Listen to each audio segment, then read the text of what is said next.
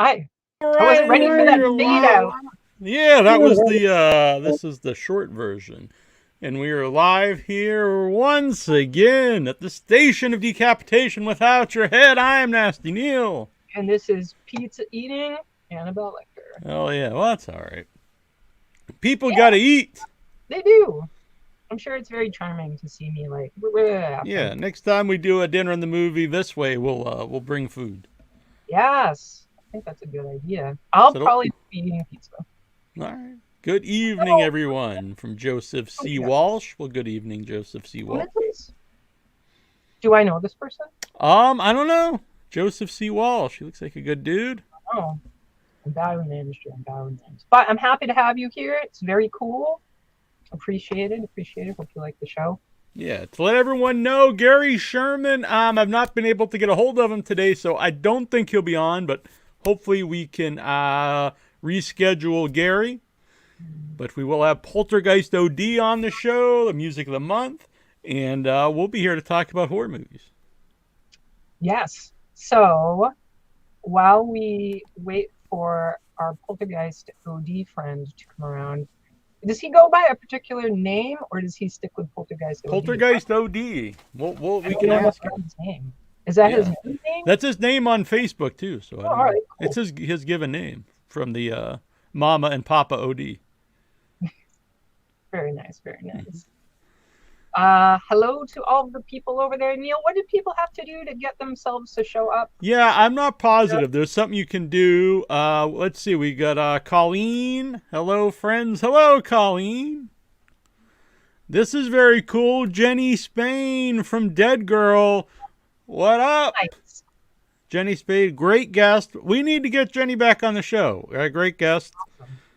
It was pre-video days, so... And Joseph just chilling before I have to go back to work. Oh, I appreciate that. This is how you're spending your time. That's excellent. I so approve. I agree. I'll give you like a nice relaxing break. Yeah.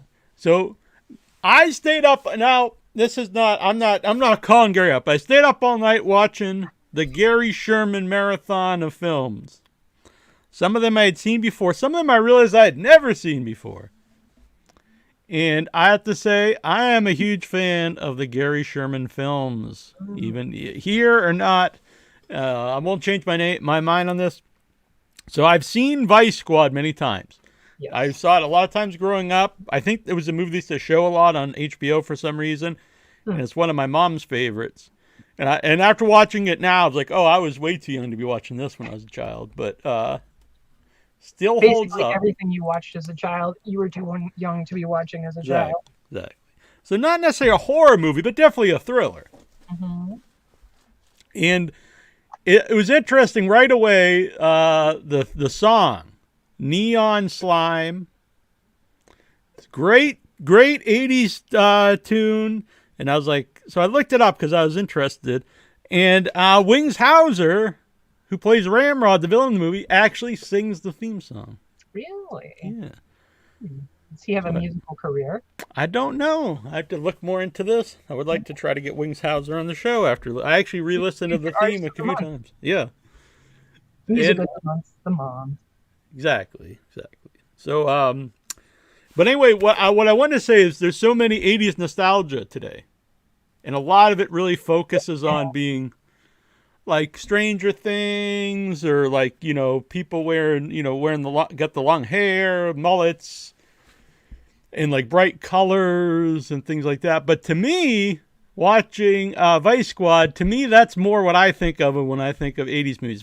It's very dirty, sleazy, gritty. And to me, I was like, oh, this is to me 80s nostalgia. Is it set in New York City? It is not. Good point, Annabelle, because as everyone knows, I bring this up a lot. I love the gritty New York movies, but this takes place in L.A. Oh, Maybe not even L.A., but it takes place in California. mm-hmm. Like a Chinatown. Yeah, so it's Sunset Boulevard, and so that's what the song, Neon Slime, because it's all about the bright lights and stuff. Mm-hmm. But excellent movie. Wings Hauser's one of the great movie villains in it.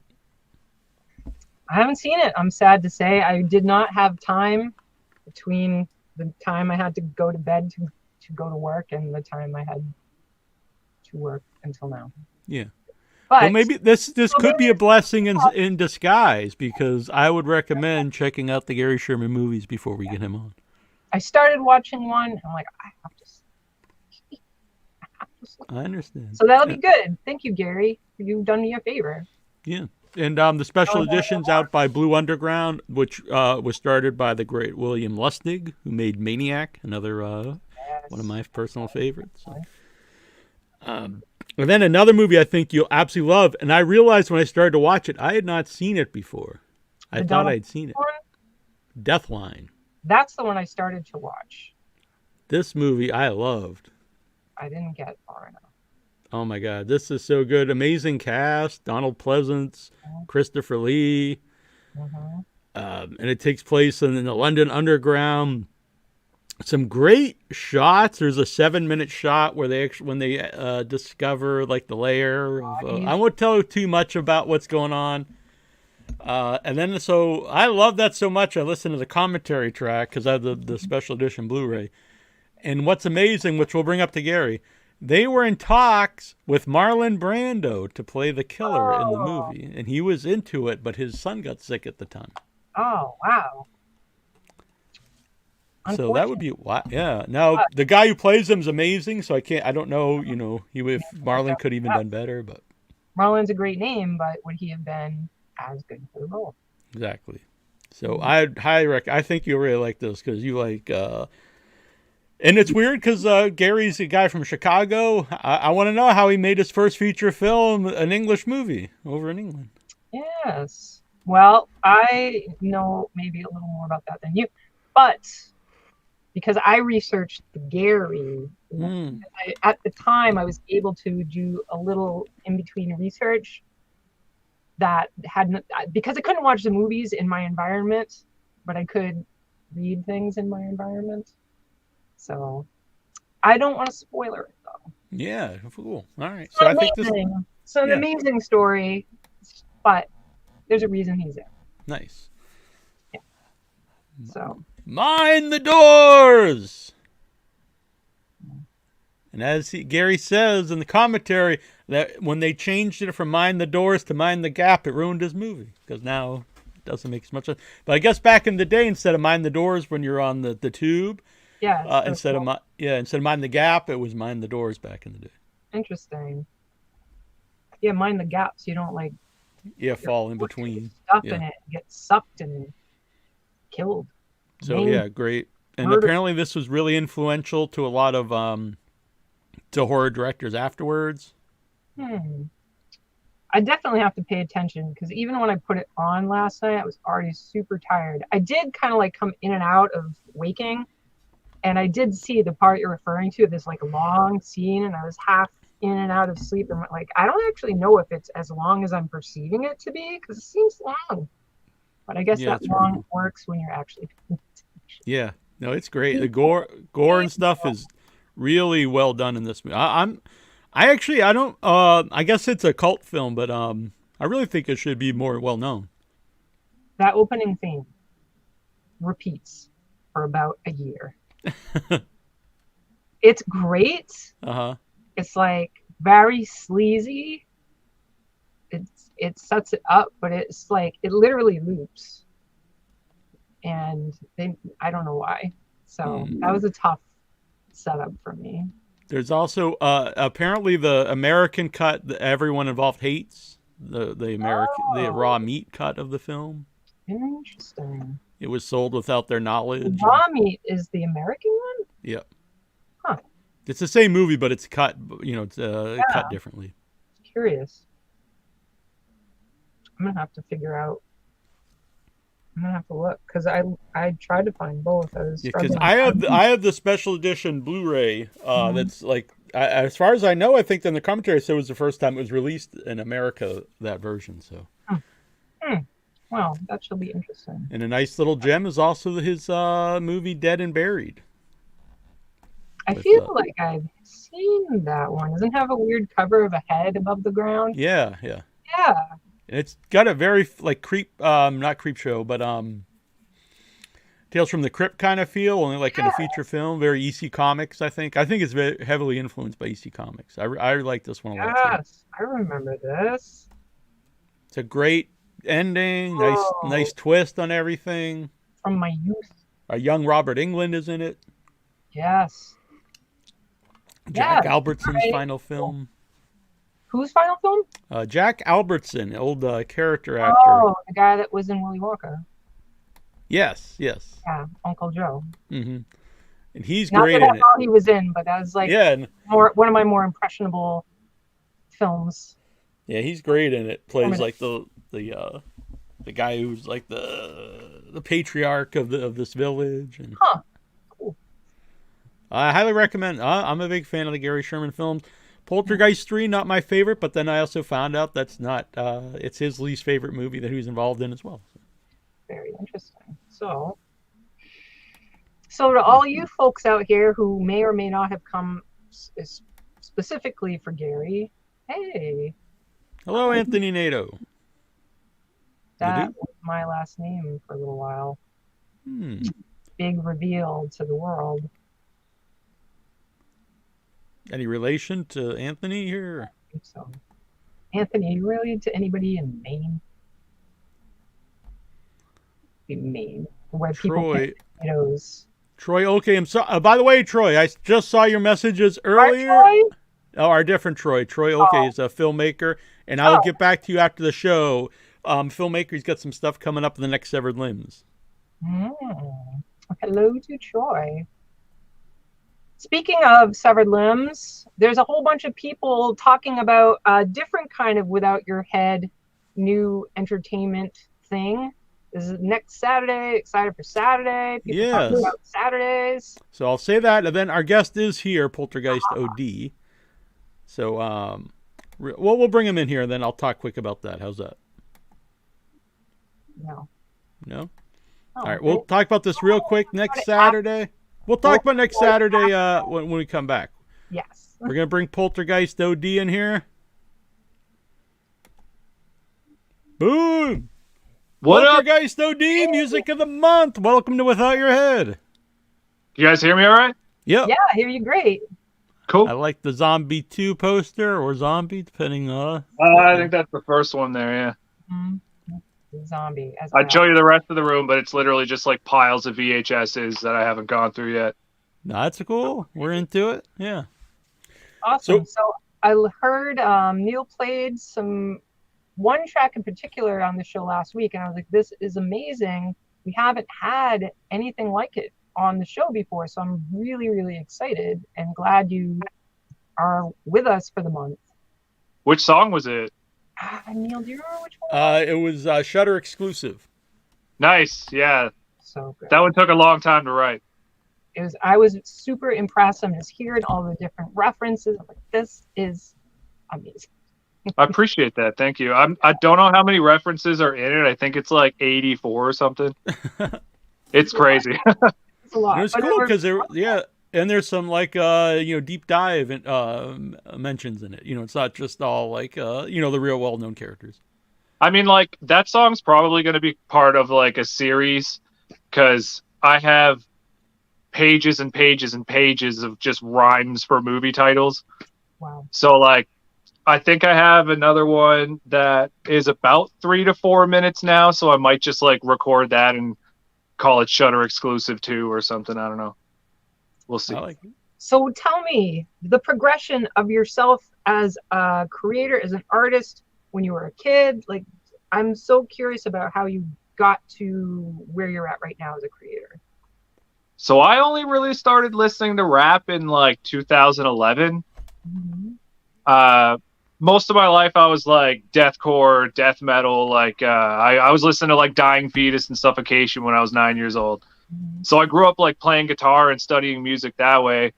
And believe it or not, I was just like drunk with two of my best friends in one of their garages, and they were all like rapping like way before me, and I was always like, no, it's not metal, it sucks.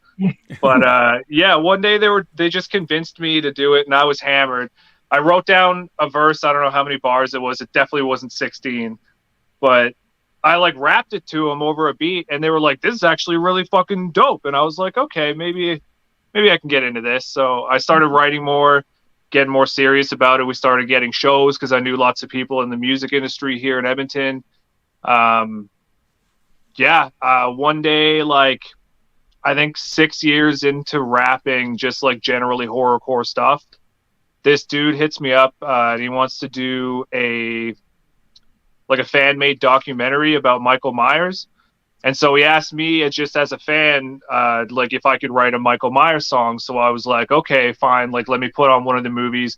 I messaged Mock Beats in Amsterdam to like make the beat for me. He had it to me within a couple hours. Took me about 2 hours to write the whole thing. I was like, what rhymes with Michael Myers? And it turns out like a fucking A lot lot. of things. And I just like kept going and going. And like once that song came out, the documentary didn't come out, but like I released the song and I like used the movie footage as the lyric video and just edited it myself. And people seemed to really like it. So I was like, okay, well, I already love horror. Like what else do I have? And I think I did like the tall man from Phantasm after Nice. that. And yeah, it just spiraled from there. Amazing. So, is there a lot of horror rap? Is there a certain term for that? Yeah, horrorcore. There's actually a lot of it. It started in like the mid to late 80s. It's still going strong. Like the biggest acts that you would probably know would be like ICP, Okay, yeah. Twisted and stuff like that. But there's like huge guys out there in the underground still doing it, like G Moski, Brother Lynch Hung. I mean, like 3-6 Mafia, you could even argue are like some of the originators of like today's horrorcore sound. So when you started doing the music there, and you were going to do the one for the movie, for the documentary, have you done others for anyone else? You know, for like their movie projects. Just Carousel so far. I mean, like if anybody's out there who makes movies and needs like a rap song or something, I'm trying to bring it back to like the early 2000s when like you would watch a cheesy horror movie and there would be like a rap song about it at the end. I love Like that. Yeah. LL Cool J and Deep Blue Sea, like scary movies, stuff like that. I miss that. So, one of the Freddy if movies. anybody wants that in their movie, hit me up. Yeah. No, I love that in general. Like there's some movies that have like the weird like folk music at the end, but yeah, I like it when they're specific to the movie at the end. I think it's got a certain charm to it. Yeah, it's cool. It's just like exclusive to that. Plus there's like the cross promotion. Like I've gotten so many people to watch the movie because I did the song, and like they see the video and they're like, well, this kind of looks good. So yeah, it's a win-win, like you said, for the movie and for you.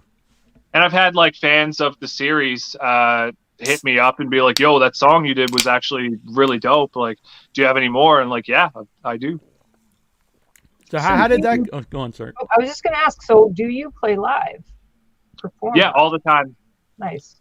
I've done hundreds of shows. I've opened for like Tech Nine, Swollen Members, Sweatshop Union, Stitches, which was a weird one. Mm-hmm. I opened for like Twisted and like G Moski. I mentioned him earlier. Yeah, and I do Intersect Art and Music Festival in High Prairie every year as well, because like I'm one of the carpenters that helps build the stages. So like they're like, yeah, you can do a set. Thank you. So how did the carousel come about? A mutual friend, Matt Skinner, on Facebook. Oh, I know Matt very well. Yeah, he tagged Steve in something I did. I don't know how it happened, but he like connected us, and then Steve one day was just like, "Hey man, you down to do a song for Carousel 3?" And I was already like a big fan of his movies anyway, so I was just like, well, yeah. That's cool. Yeah, and Matt Skinner's a big supporter of independent films, independent horror films. He makes me very jealous. Yeah, him and his son are producers on tons of things through their support of indie horror. It's really cool to see that kind of support in the underground. Yeah, absolutely. It's definitely something that I've learned to appreciate more. The more I am being a part of film festivals, You really get a strong sense of that, the community aspect. And even like what you're talking about right now, being a musician and collaborating with other people and people supporting one another's work. It's a great experience. Yeah. And for people, sometimes I see people saying there's no good horror movies out, and all they mention are like, these like the new Conjuring universe movie or something. But they're Hereditary and totally looking Sinister. over, looking over all these independent horror movies that are out there. Yeah, like they still make good movies every single year. It's just you don't watch them because it's not on the front page of Netflix. Yeah. Right. Yeah. And I even like some of that stuff, but I mean, expand your horizons. A lot of good stuff. Nothing wrong with a mainstream movie. It's just like there is other stuff, and you can find it easily. You just I don't know. Most people just don't care. And the stuff we grew up with would have been independent movies, of that time, Friday the 13th movies and stuff like that. Oh hell yeah, they'd be the ones being memed, like Basket Case and stuff like that. Like really weird movies. Yeah. One of my all-time favorites. All of ours. Well, I don't know about you, but Annabelle and I's favorites. It's up there for me. Yeah. Actually, I have something real quick. I'll show you. Yeah, now he's going to start thinking things that rhyme with Belial. Oh, is it? Oh my God, that's amazing. Oh yeah. This is 100% custom, and his fingernails glow in the dark, which is cool. That's awesome. Crazy. Yeah, I can't even tell you who made it for me. Some guy in California. I found him on Etsy when Etsy was like first starting, and he like took his page down and almost immediately after I got this. So I was like, I don't even remember the dude's name. Man, wow. Yeah. You used to be able to get really, like you still can, but you got to really weed through a lot of people just selling mass-produced stuff on Etsy. Yeah. It's good and bad. Like I found like lots of cool stuff on there, but like, lots of trash. Yeah, that's what bracelet on there. Oh.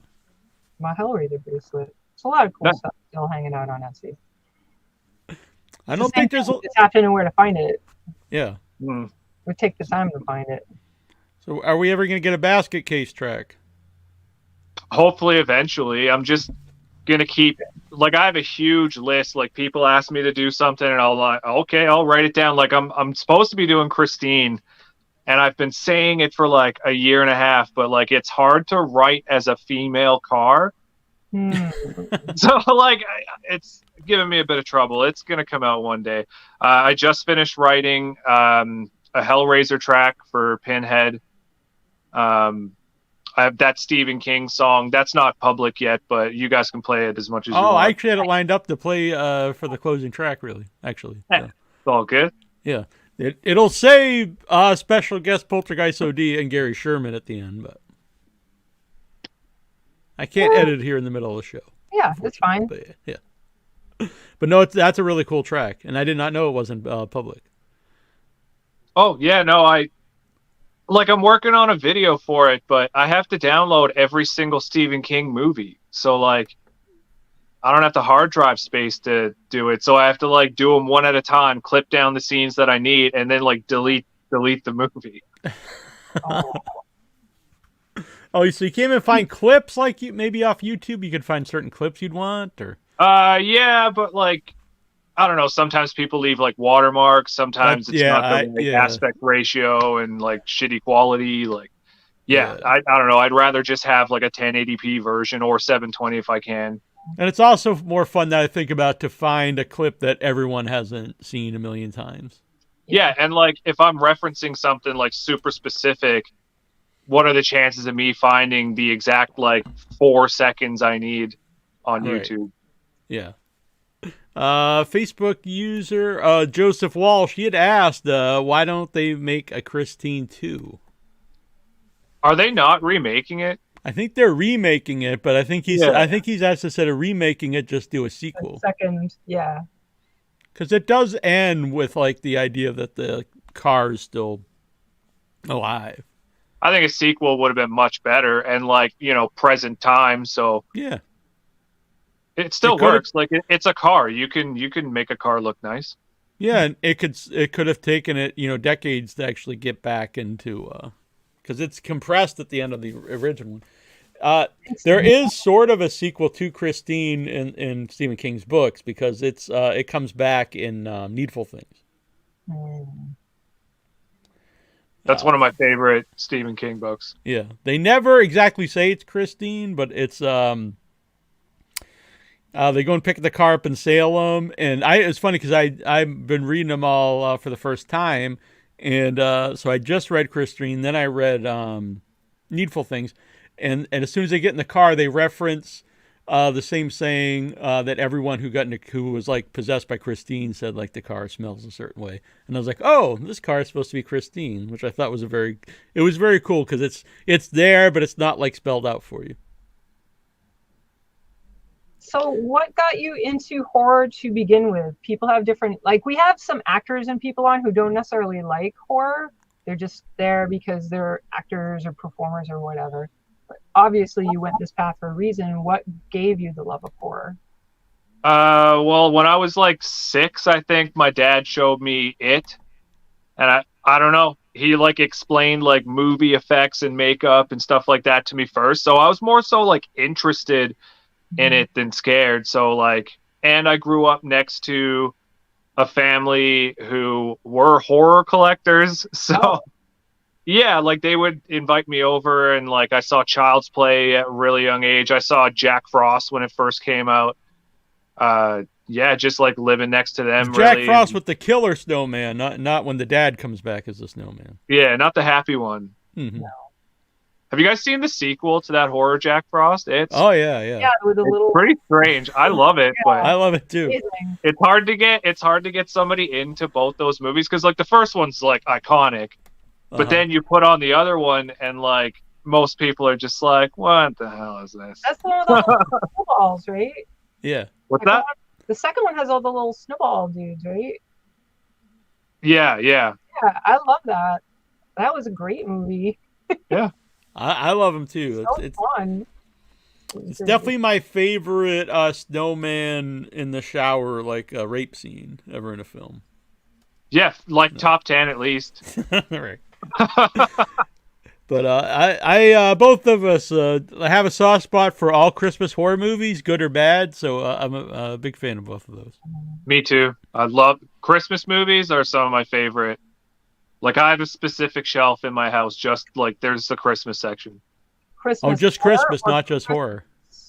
Yeah, like all the it's by genre and alphabetical because I'm a psycho, but yeah, it's just there's all the Christmas movies. Amazing. What are some of the more traditional and mainstream Christmas movies you like?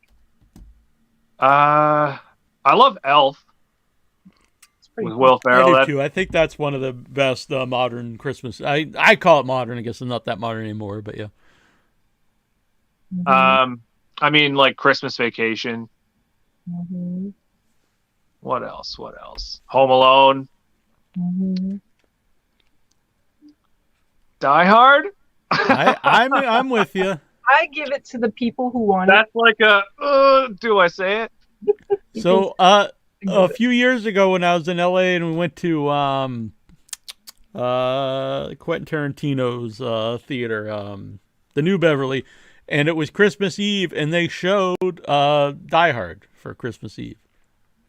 And watching it again, it definitely is a Christmas movie. The whole score is Christmas music. The whole movie, I say it's definitely a Christmas movie. I'm still on the Batman. Is it Batman Returns? Mm-hmm. Oh. Yeah, like that's technically a Christmas movie. It's set during Christmas, and like it is like it's mentioned. Yeah, I'll give it to you. Yeah. Mentioned once. Christmas. Good enough for me. People should take it if they want it. If you have a Christmassy movie that is your Christmas movie, have it. Yeah. I mean, I'm getting Christmas drunk. Great. How about the best? How about your favorite Christmas horror film specifically? Santa Sleigh, easily. Oh, with Goldberg. Yeah, Goldberg. That was actually filmed like around here in my area, like Fort Mac, Edmonton.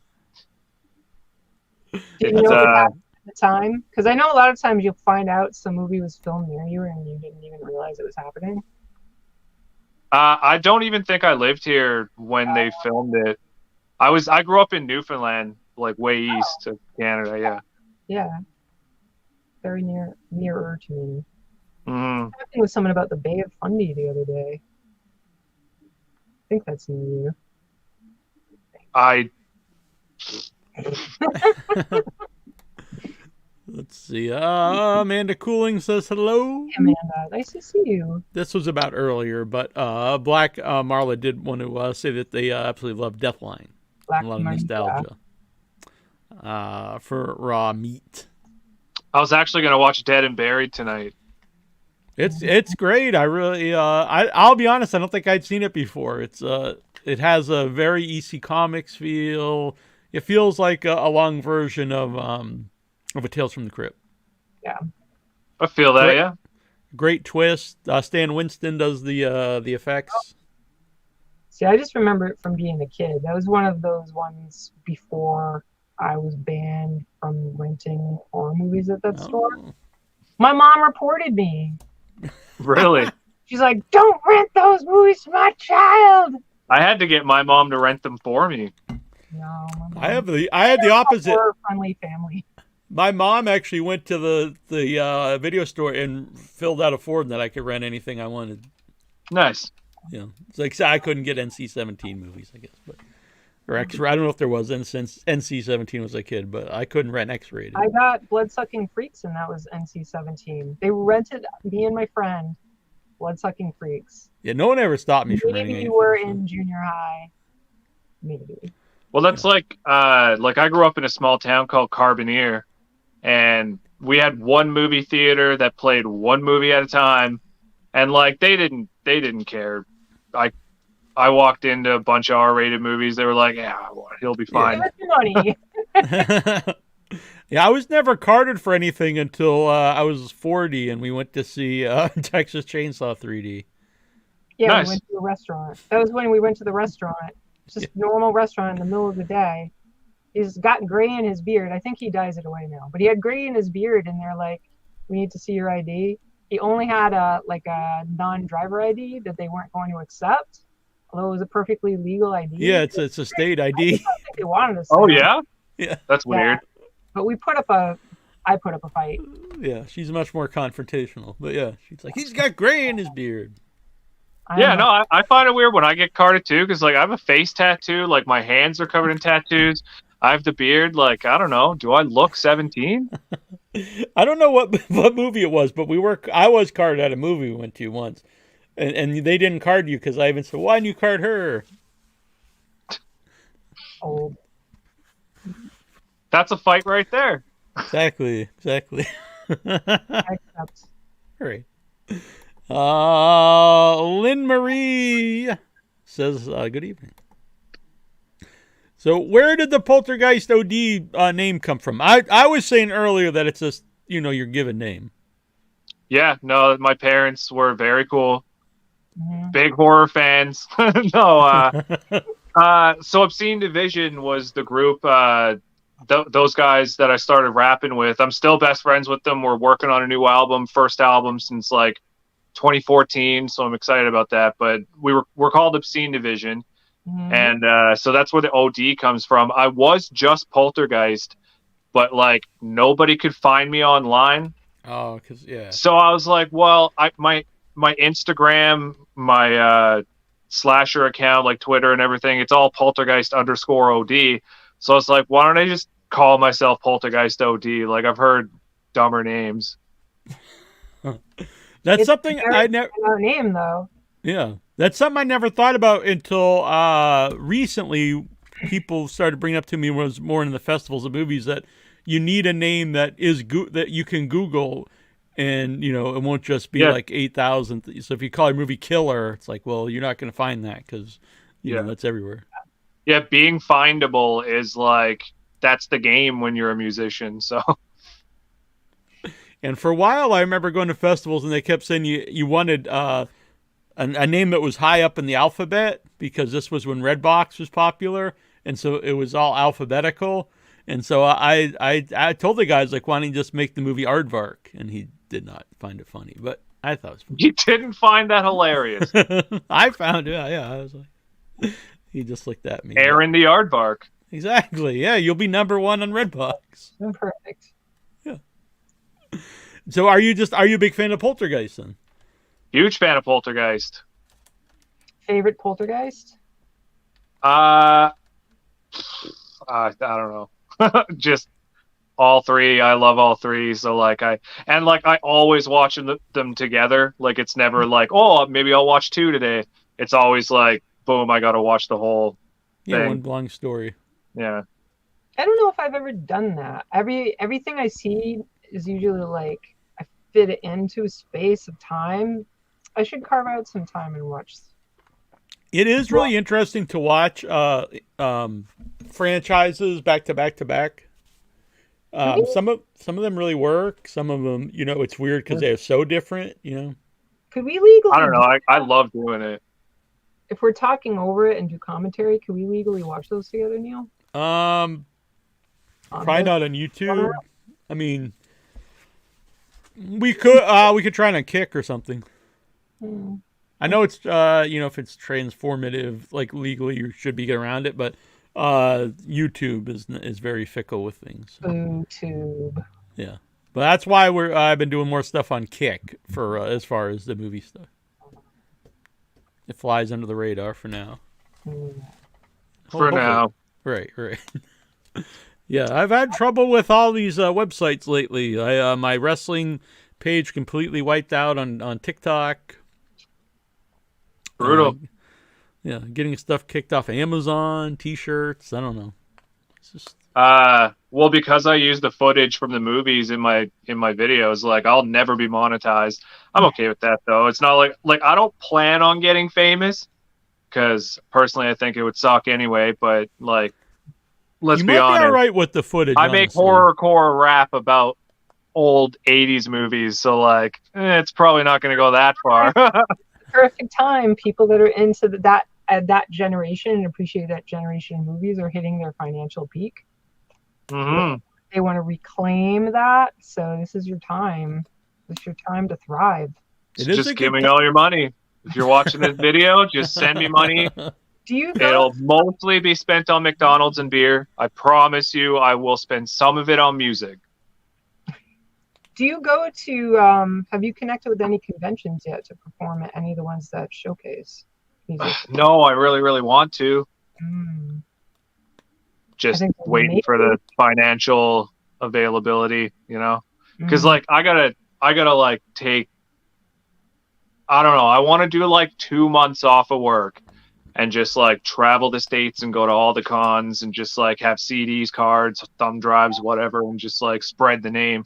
Because like those are my people and it's hard to reach them online because like just as a rapper, it's hard to get people to check you out because like there's so many shitty rappers out there that where like people are already kind of jaded and like don't want to listen to new ones. I get it. It's too bad Rock and Shock is no longer around for many reasons, but it was was local to us in Worcester, sort of local, and so during the day it was a horror movie convention, and at night they would have concerts, and it was always horror. They'd start that early before the conventions even ended because it'd be the venue for it was a big venue for the convention, and then there's a totally separate. It's a theater for like people go to shows at that theater, and they run through like they'd have a headliner like one year it was Guar, there was Ministry, there was ICP was one year.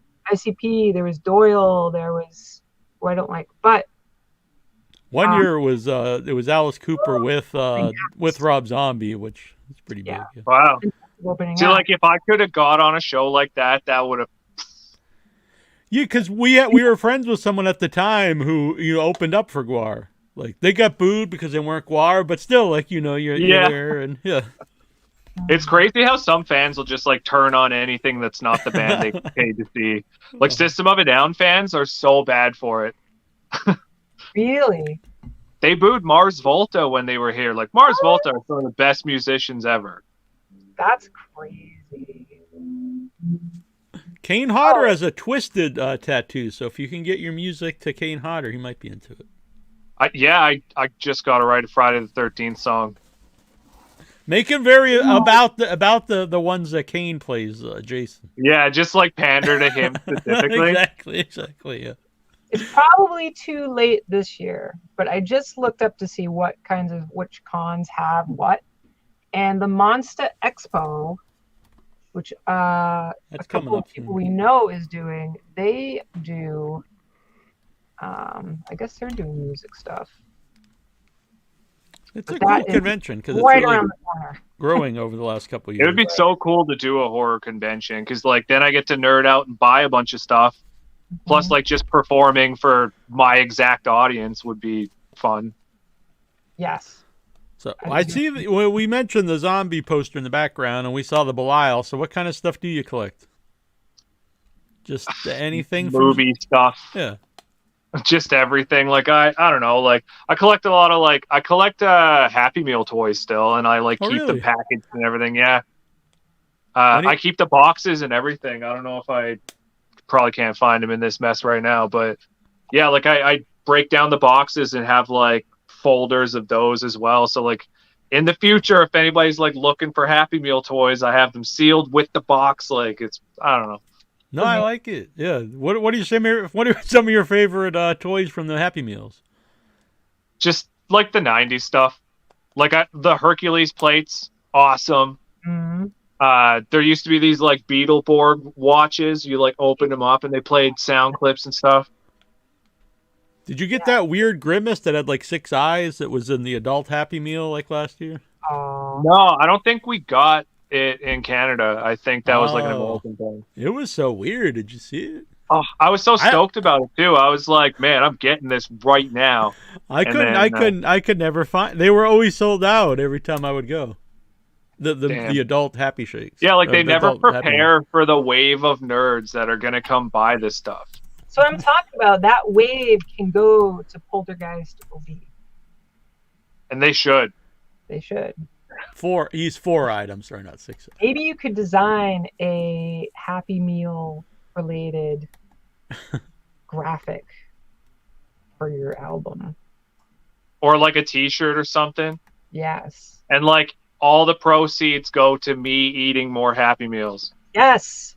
Yeah. That would sell. People would like it. I would too. Sense of humor. Yeah, I think you could really pull in people just by saying you're going to. And everybody who buys one, I'll send you a picture of me eating a Happy Meal. Yes, that's perfect. People will love it. Sweet. Yeah. Brainstorming session. Absolutely. Look at this. What? My marketing team. These guys were so whacked. Smiley face guy. Yeah, that was always the thing. I was like, man, if I do end up getting him, I'm probably going to get this idiot with the... I still think it's dope. Who the hell's that guy? I like it. It doesn't make any sense. Oh, is he supposed to be a cookie? Maybe. Is he a McNugget with legs? I can't think of anything else. Now, where the hell's Mayor McCheese? I don't think Mayor McCheese is around anymore. That's my favorite Mayor McCheese. Flea Market, that was on the box. Oh, I don't know. Maybe, I don't know. I just remember they were, yeah, it is on them. I'm not sure what that means, but weird. Yep, that was the adult Happy Meals, and they were so big they sold out. So then they never brought them back, which doesn't make a lot of sense to me. But I don't know. What do I know? Fools. I have a stack of 40 of those Pokemon cards still unopened. Oh. And I heard they're bringing them back too. I heard they're coming back soon, so I'm stoked about that. Are you just nerding about McDonald's toys? Oh, we've got someone over here. Hey, it's Dead Man Dave.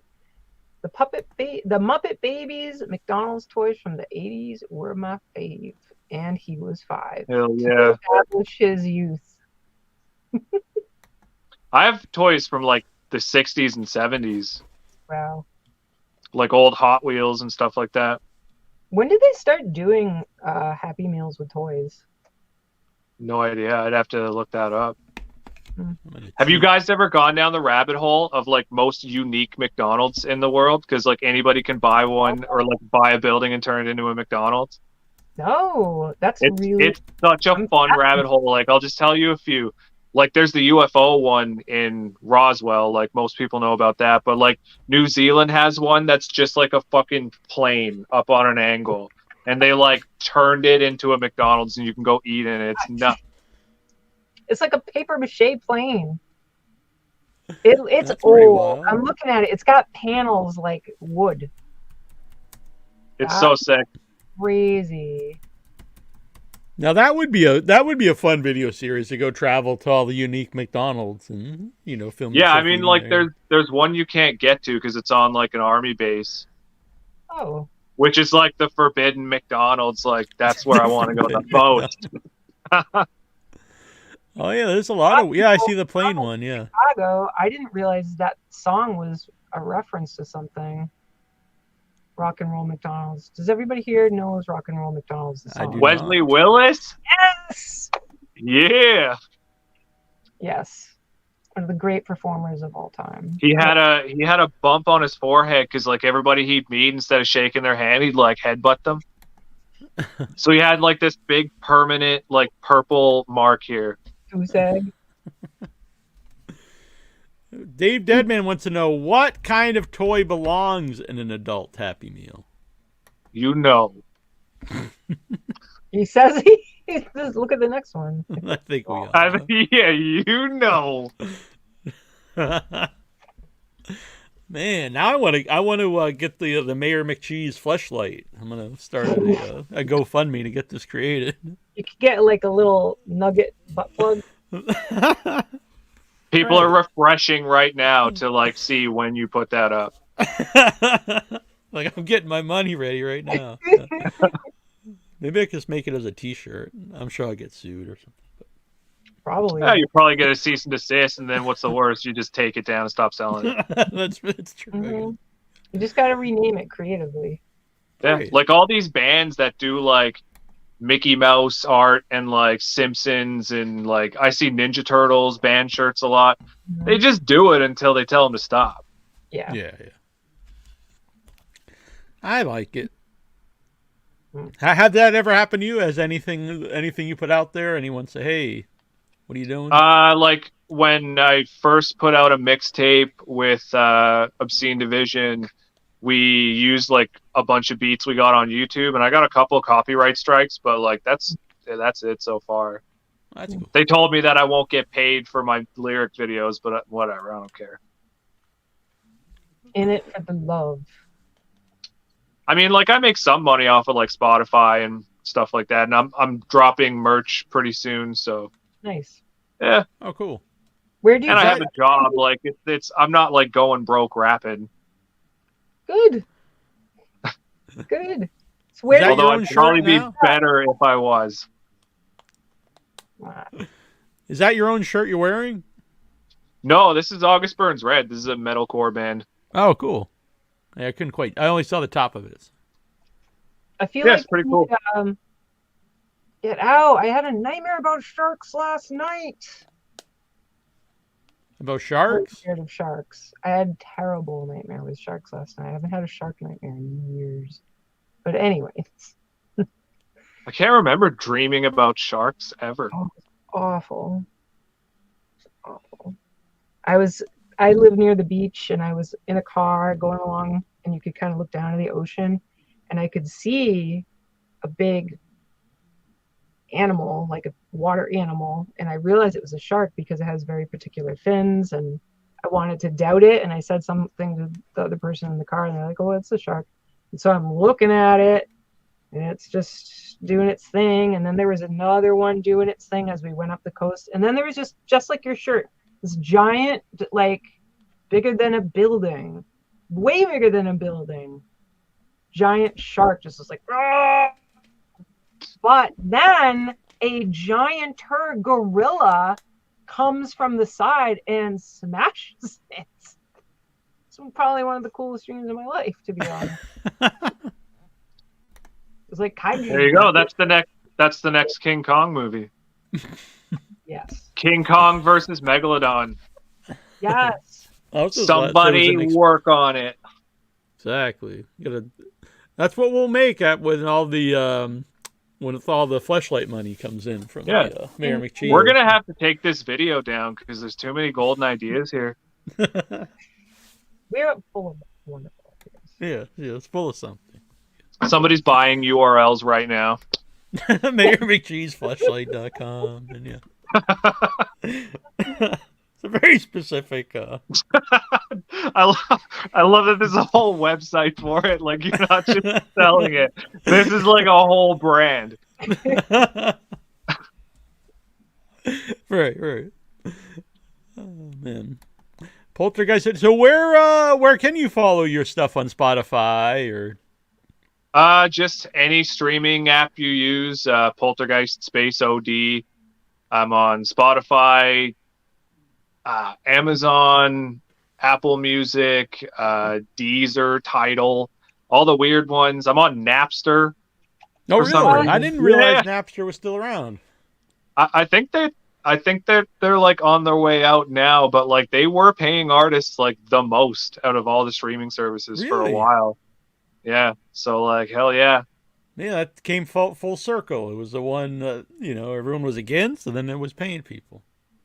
So like people looking me up for the first time, I suggest YouTube, just Poltergeist space OD. You'll find me, just because I like I reference a lot of like deep stuff in these movies, and just the video kind of helps like emphasize some stuff that I'm trying to hit.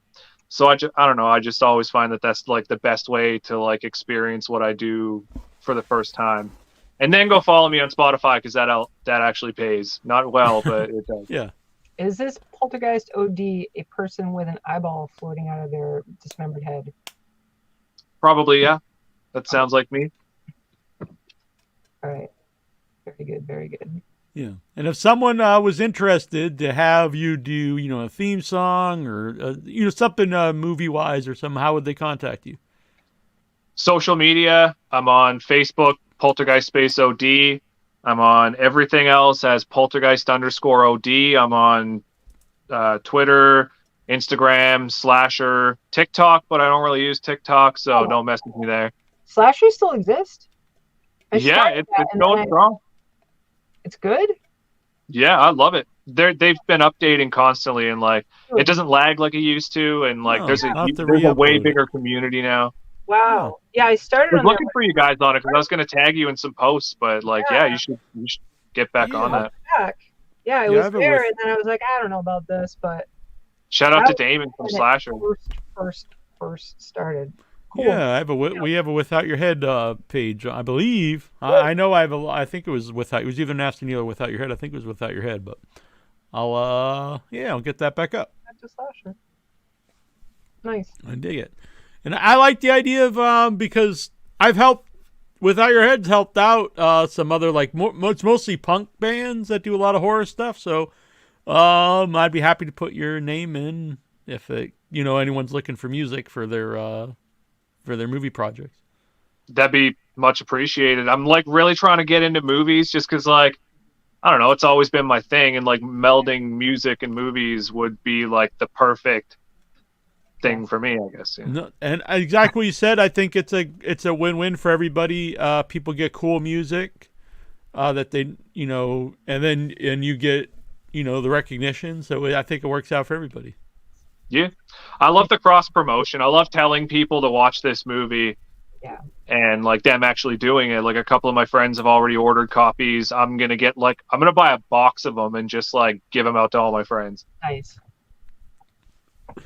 But if they want me to sign it, then they have to pay the big bucks. Yeah. $50. All right. $50. Oh yeah, or a cool McDonald's toy. Yeah. A Mayor McCheese flashlight or bust. Do you sell shirts and stuff out there? Yes, actually, I do have some previews for merch that will be available on the site soon. It's gonna be soon, guys. I've been telling people for like 5 years. I've been working on this, but I wear Oh these all the wow! time, I so was they're not thinking in shirts great or something. But he's condition. got some pretty rocking shoes here. Crazy. Yeah, that's like the chainsaw. I got the Obscene Division logo here. Oh, nice. Yeah, So those are this is great. a custom-made shoe? Yeah. Wow. I got these shirts. I'm not sure how well you can see them in the because they're like kind of dark. Oh, you can see it pretty well. Yeah. Yeah. I got these as well. Well, those are Nice. cool. Yeah, because they're not just. It's like all over design. I like that. Yeah, it's on the front and the back, and there's this. I might have to back up. Oh wow! It's fantastic. I like all these And there's the OD on the back as well. Nice. what's the story of this OD? It's very particular. What is the imagery? Like the font, it's just like my fiance does all these designs, by the way. Oh, cool. Yeah, I mean, I love like death metal and stuff like that. So I just like sent her a bunch of like sharp logos, Mhm. and I was like, make me stuff like this. I'm looking at it, I'm like, this looks like two faces, and there's an eyeball in there, and There's you probably can't tell very well on this, but like some of these little dots that are in the P and the O and the L and everything like that, those are the constellation for Pegasus. Oh oh wow! wow, that's awesome. I love doing stuff like that in art. Is like throwing in Yeah, those cool, things that cool. other people might know. I love logos that like I don't know, I guess like have a purpose. Mhm. Why did you choose Pegasus constellation? She chose it for me. Oh, did she tell you why she chose it? Oh man, I wish I did know that right now. But I have a song called Pegasus where like the whole song like references it, and then right before I obviously am about to say it, I like don't say it. Mm. Yeah. I don't know. I kind of thought that would be cool because like it's kind of hidden in the logo, so like hide it in the song as well. Interesting. I like it. Which is this on a particular album? Oh, kind? it's my zodiac is a horse. Chinese yeah. zodiac. Yes. Oh, you're right. Yeah. The horse. There we go. The horse. Where did I find you here? So it is. Oh, I do not. Oh, maybe. Is that's not on Spotify? I don't believe. Though maybe. You've got What song? that one in particular. Pegasus. It should be on Spotify. Oh, maybe it's just not on the. What album is it on? It's not on an album. It's a single. I don't really like do albums a lot. I'm working on some now, but I was just like focusing on like just song by song and just release it when it's done. Got it. You could put them together for a themed album. Yeah. I was thinking about that as well. Like once I have like 20 horror movie songs, just like compile them. Yeah, I like the idea. Because I'm sure like if I like do shows, some like people would love to buy CDs. It's crazy how many people still buy physical media, but like my friends still sell CDs at shows, and I'm like, man, I should get some pressed up. I have to say that if I go because I have too many T-shirts. A CD is pretty small. It's useful. I feel like I'm actually supporting. I get that all the money goes to the same place, but I feel more like I'm supporting music. Plus, it's cool to like go back on your old CD collection and be like, oh yeah, I remember this, and like pop it in. Like it's kind of cool. Yeah, and if you have cool album cover, it's cool to sit around. You can look at ones it. that like fold out into posters, like those are cool. Lyrics on the inside covers. That's something I like. Mm-hmm. Especially for metal. Yes. yeah. No, might need to read that. I'm curious what that comes up now on YouTube. What comes you up? just said? Well, because it puts like the the caption. Yeah. Right. I've actually watched some of my videos with that, and they get it completely wrong, but it is hilarious, and I might do like a reaction video to it one day. It's funny you mentioned because so Adobe added this new program. It's podcast AI, and it remasters audio. And so I tried it on some old episodes that have really bad audio from 2005, and it was like amazing. I was like, holy shit, this is good. But then someone told me just have to be careful because sometimes it changes the words. And I'm like, I don't want to listen to this like 4-hour podcast to make sure all the words are correct. So yeah, and then what do you do? Like toss it in a program and edit over it, and then master it again. Right. Or you just pop in, and it's like, and then it's like clearly you just saying, wizard, and then that might actually be hilarious too, and like put it in the description that you mastered it with AI. Exactly. So I didn't know it actually. I just thought it cleaned it up, but apparently it'll even change. I don't know. It's very bizarre. Interesting. But it does. Computers are taking over, man. They are. They are. Some of it's good, I think. I mean, yeah, not necessarily the taking over part, but some of this stuff is useful. What do you think about AI coming into the arts? I mean, like, what are you gonna do? I can't stop it. It sucks because like now like artists don't even have to make a song to have a hit. Yeah. And like I heard a song. It was like The Weeknd and Drake, and like it sounded like a song that those two would do together. And I heard Drake was pissed about it, but like, what are you gonna do, man? Like, it's already out on the internet. You can't get rid of it. Yeah, they did that with who's the guy who does Red Right Hand? Nick Cave. Nick Cave, and he got really pissed. But if you read the lyrics, it's like, oh, this would have been something he wrote. It's very weird though. Oh, wow. And I also saw stuff where they fed in like all these comedians, and it didn't say it, but it wrote out all these jokes, and it sounded you just read it like, oh yeah, this sounds like stuff this. Like from, George Carlin or whoever. Wow. It's very weird. It's going to be hard to tell what's real and fake in the future. And also, artists are just like... Well, what's the value of people at that point? It's like, if entertainment can be...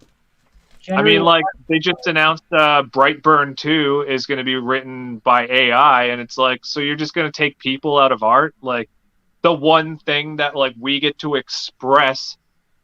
and we're tired of it because they don't care about the expressing, they care about the consuming.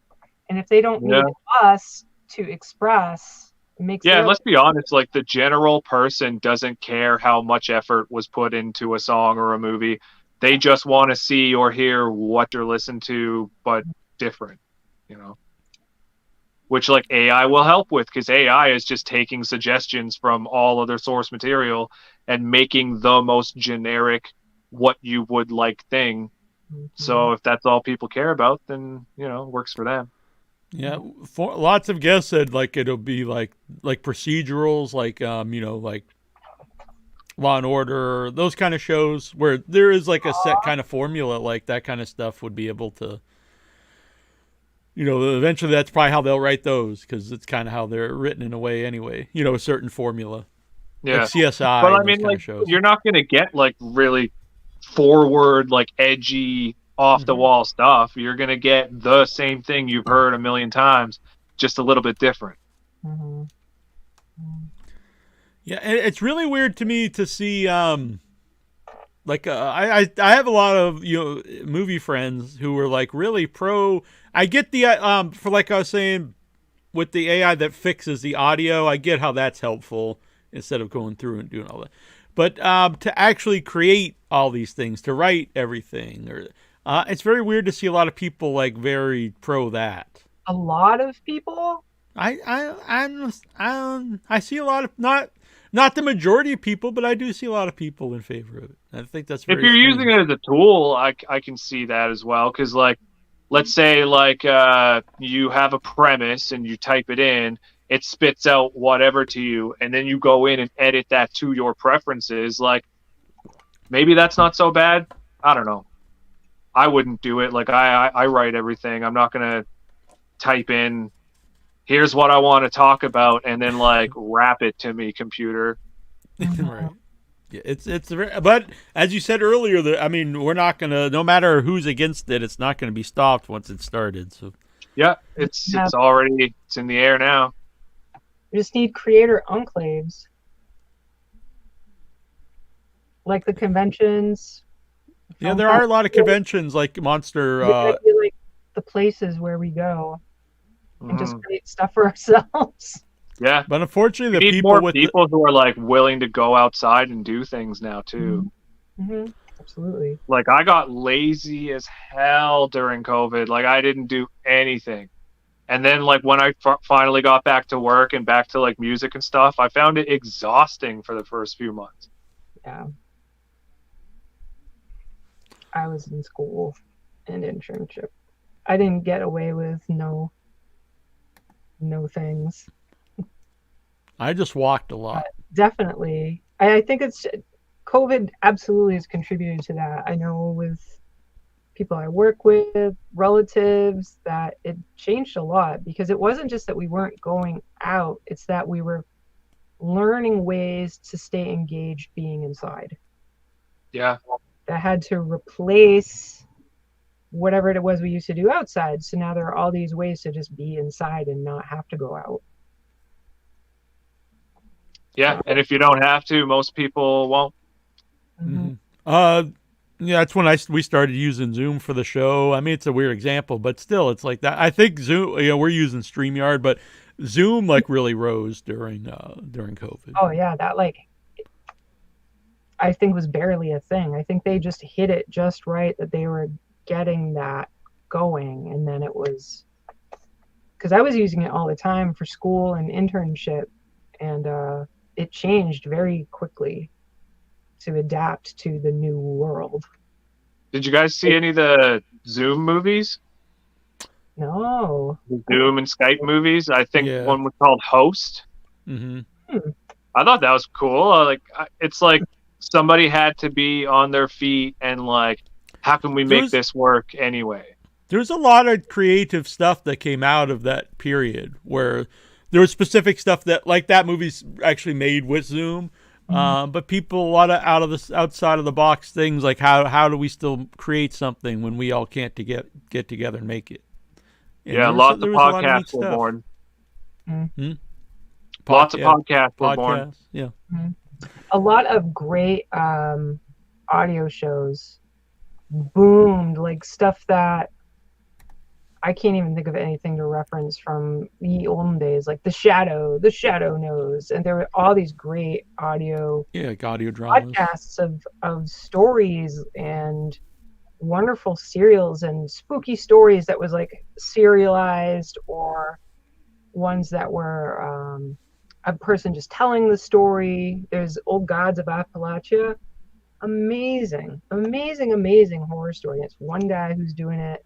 That grew from just a small thing, and now they travel around the country giving live shows.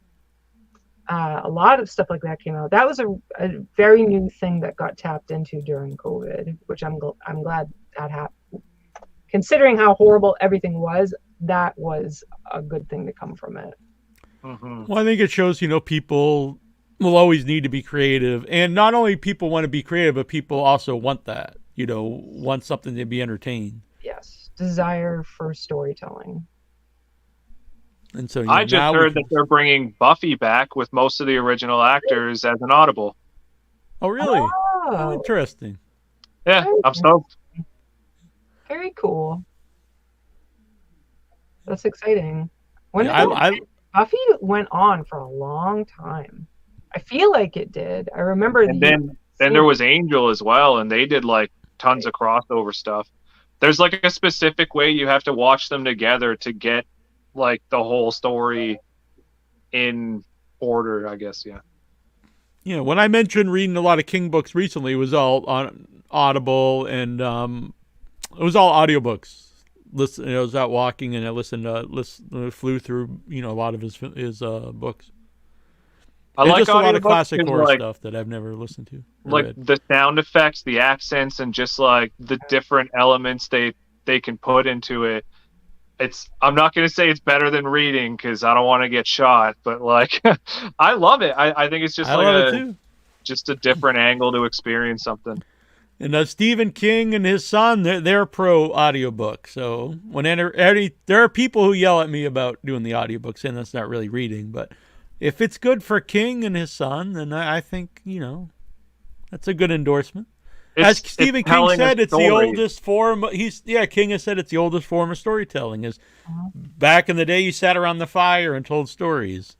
Yeah, that's what a book is. It's just written down, and a movie is just a play.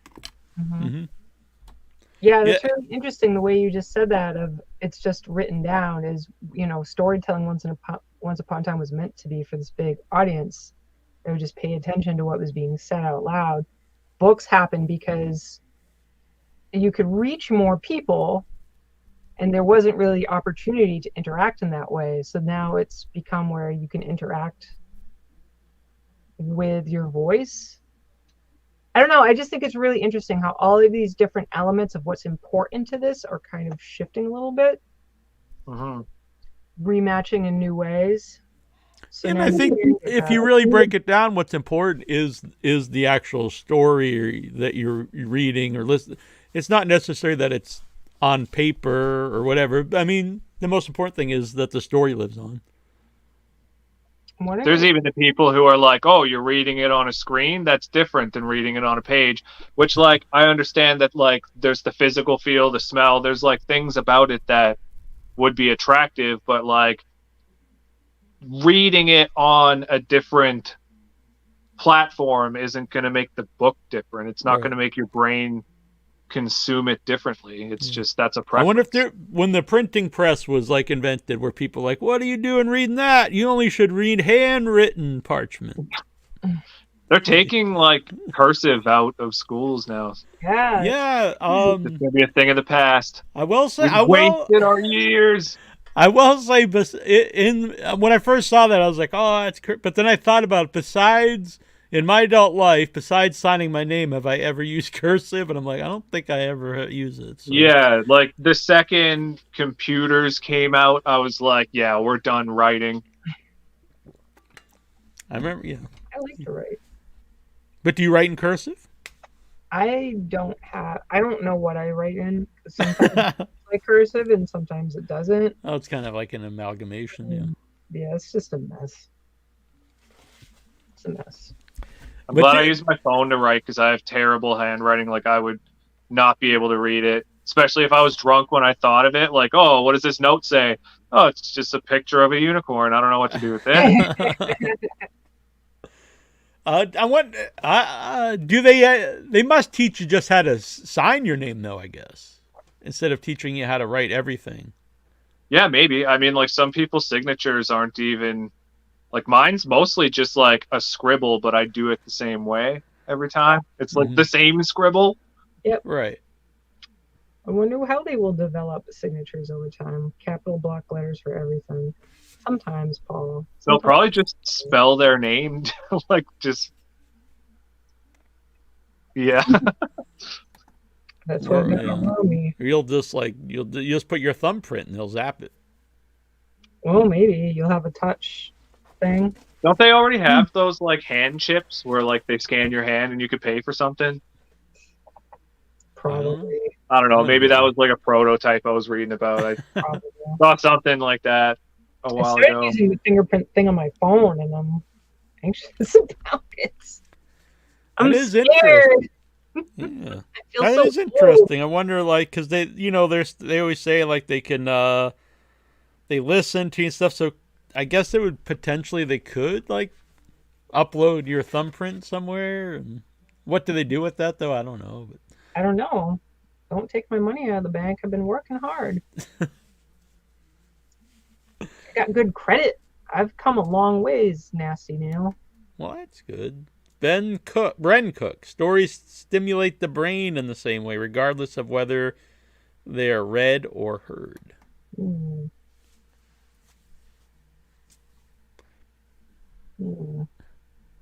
Whoa, this is a long one here. In a study published in the Journal of Neuroscience, researchers from the Gallant Lab at UC Berkeley scanned the brains of 9 participants while they read and listened to a series of tales from the Moth Radio Hour. After analyzing how each word was processed in the brain's cortex, they created maps of the participants' brains, noting the different areas helped interpret the meaning of each word. Interesting. Yeah, I don't know what to do with that information, but that's very interesting. That was also from Bren Cook. Well, thank you, Bren. That is interesting. I don't know what the Moth Radio Hour is, though. I assume it's Mothman related. So we do have a video of yours queued up. So when we say goodbye, we'll play that out. Cool.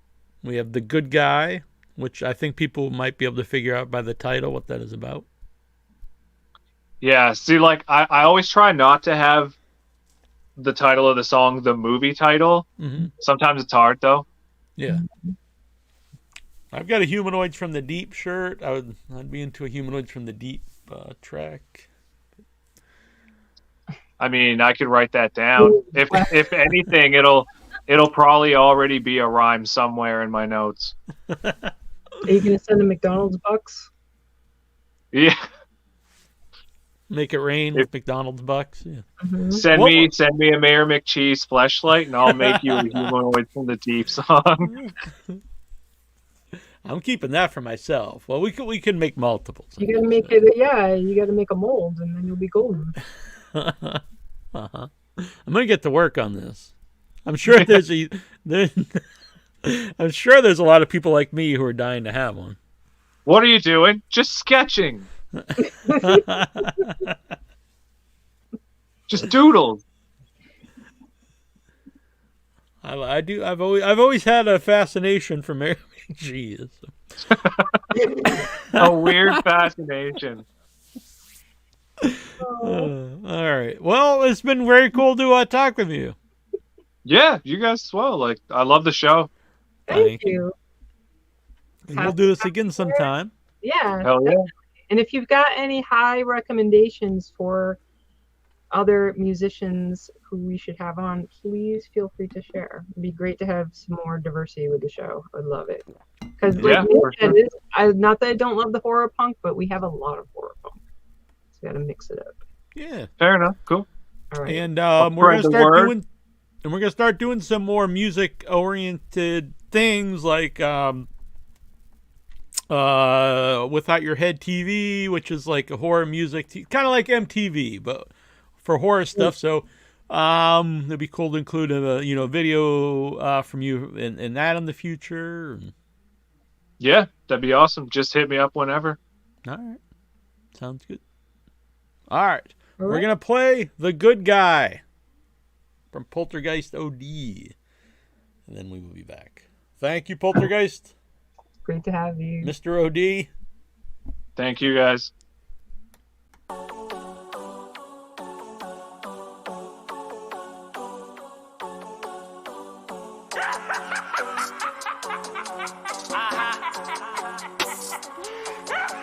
Okay, I'm underground like Pompeii. Enter into my soiree. Things are gonna go my way. Had a gap, but that was child's play. Stick your wife with a kitchen knife and then I'll pick a fight with your mom. Hey, get it right, get the fuck out of my sight. You're eating the blade like chow mein. Now it's too late to take you leave, and you wish it was only make believe. One more for the good guy, another good night, and you can stay asleep. They never check the car seat. Off to meet the Barclays, looking like a Barbie. They used to call me Charles Lee, but you can call me Chucky.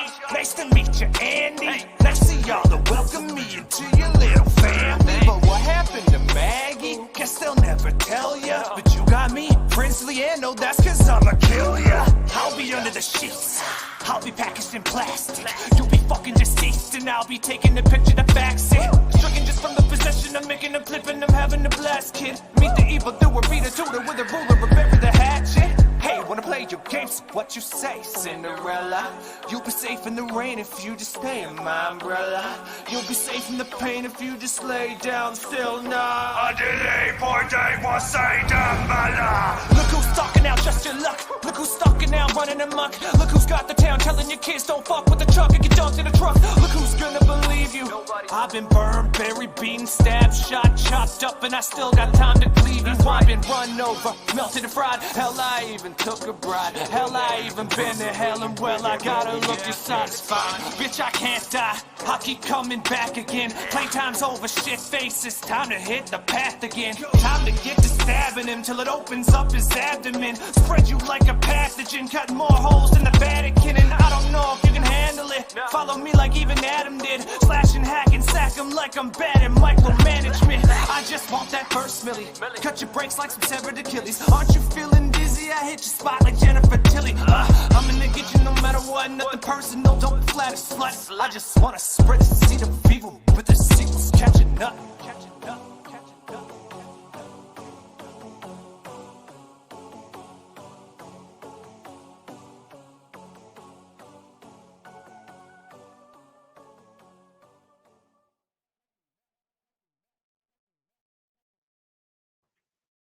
Oh, that was a sweet video. Yeah. Amazing. I loved it. I haven't watched that in a while. That's fucking sweet. I'm glad that you're a fan as well. Yeah. I like to see, I'll like put something out and forget about it and just like kind of promote it but never watch it again. But yeah, it's nice to go back and like, yeah, okay, I'm proud of that. Yeah, it's awesome. How long ago did you make that one? I don't know. It must be 2-3 years now. Mm-hmm. No, I dig it a lot. Very cool. And thank all of you for sending it. Thanks for sending Carousel last week. We played before the premiere of it, I believe. Yeah, thank you guys for playing it. Yeah. I have not seen the Carousel movies, and I need to because I see a lot of my friends talking about them. The first two are free on Tubi, and the third one's just available physically. You can get it at silverspotlightfilms.com. Very nice. Very nice. So we're going to talk about some horror stuff here. You're free to stay in here and talk it with if you like, or you can take off. It's up to you. I was actually going to take off if that's cool with you guys. Oh yeah, totally fine. I just didn't want to make you feel. I was going to say get the hell out of here and make you feel bad. So. No, all good, all good. All right, we will see you soon. See you guys. See you. So first of all, a big thanks to Poltergeist OD. Thank you. That was great. He was cool. He was laid back, very real. He didn't have crazy, weird ambitions. He just enjoys doing his thing. And I really dig it, and I agree with you 100%. It's cool. I love the horror punk stuff, but it's cool to have some different genres of music on the show. Yes, because there is a lot of stuff out there. A lot of different kinds of music. Yeah. And also, any of you guys out there, if you ever have any suggestions, and not everyone can be Music Month because there's only 12 months in the year, but, we could always use music. Year. Yeah. Great. But if you have suggestions, we're always happy to hear them. Mm-hmm. So, as we were saying before, Severed Limbs is coming up in October, I think October 22nd. It's happening on Saturday, man. Well, that's what I was going to get to. This Saturday is Saturday Night Frights. What? Huh? Saturday Night Frights. Whoa! Saturdays all night, all right for frightening. Saturday nights, all right. Oh, boom. Cute. Little green people this Saturday at 8 p.m. Eastern. I feel like I heard about this. Yeah, we had Ty Chaman on before for a previous movie, but we have not shown Little Green People before. It's as you can see here, it's a movie with cool puppets. Yeah. So, it's a quote-unquote horror movie, kind of a fun horror comedy about aliens who happen to be puppets. Oh. So tune in early, and we're going to watch a collection of classic and not so classic alien horror trailers. And then we're going to show the film at 8 o'clock, the whole movie. And then after that, we will have... it's not this Saturday. Saturday, September 30th, by the way. And man. yeah, this Saturday, I will not be home. But we're going to do it Saturday, September 30th. I will not be home. Oh, I'm sorry. Cast and crew What are you Q&A. doing on Saturday, you bum? What? You bum. What are you doing this Saturday? I'll be at Encore Casino with my mom. That's right. So cast and crew Q&A. That'll be a good time. And then October 14th, which if we go to Brooklyn, that might be off, which I'd already let them know. Have to be off if we're You're right. And if not, this will happen sometime in October anyway. It will be Saturday Night Frights, Taped Up Memories from our friends at Trash Arts. That one will be a special early start time whenever we do that because they are in the UK and I don't want to make them stay up till 2 a.m. Well, I don't mind, but they might mind. I'll do it. I don't care. So there's some new the first look at some stuff from the new Toxic Avenger. Oh, really? I think I saw a peek earlier. Wow, look at that creeper. I love it. Some people are against it. Other people are saying he looks like, which I don't disagree with. I do think he looks very similar to the Penguin from Batman Returns. But I think it looks awesome. I think he looks like Riff Raff from Rocky Horror. I could see that too. Either way, he's creepy. I'm into it. Creepy and kind of greasy. I like it. And there's Kevin Bacon. I don't know. Everyone looks like they're having a good time to me. Where was Kevin Bacon? Oh, wow. Who did they pull into this movie? My goodness. Yeah, it's got quite the cast. Let me see if I can find a good picture of him for you. Boom. Here's another. Here is the man playing the Avenger himself. Nice. We know him. Yeah. No, this is Oh, he has dark hair. I thought he was. Yeah, this is Game of Thrones. Oh, never mind. We don't know him. No. Yet. Exactly. But I'm looking forward to it. I know some people are. The thing is, some people say, hope they don't take away from the original and stuff. When they make these remakes, the originals still exist. They're still there. The only argument I can see to that is oh man, why can't I find this fucking picture? The only thing I can think of is if this new movie comes out, does that mean that the older movie is no longer showcased ever anywhere? Does this then, like, if you think about Thing from Another World becoming The Thing, most people that I'm aware of who love The Thing have not ever seen Thing from Another World, but or even know it exists. Yeah, I don't know if that's because the other one exists. Though it's from another generation, so I don't really think it has an effect on the older one. The difference of years is probably about the same between each. Right, but some movies just stand the test of time and some don't. I mean, Halloween hasn't disappeared because they've rebooted it like 3 or 4 times. In fact, when we were doing the review of the newest one, the woman working at the coffee shop said she went and saw the original because of that. So. I think it depends. I mean, I don't know if The Thing from Another World had a big following. Like, it's a really good movie. Mm-hmm. I don't see, like, if something already has a following, that following would just, like, disappear because there's a new one. No, but would there be new people going into that following? Well, they might. They might go and check it out. Maybe. I don't foresee the Toxic Avenger, like, vanishing or anything. I will admit, when I first heard, I think it's a weird movie to remake because the first a trauma movie is like the charm of it is it's like this low budget weird thing. Mm-hmm. But I'll be honest, this looks fun from the images, and the man who created it is involved, so I'm interested. It might suck, but I don't think it really takes away from the original movie. No. I'm just thinking about. I'm being the devil's advocate for that argument. I understand. That's all I'm saying.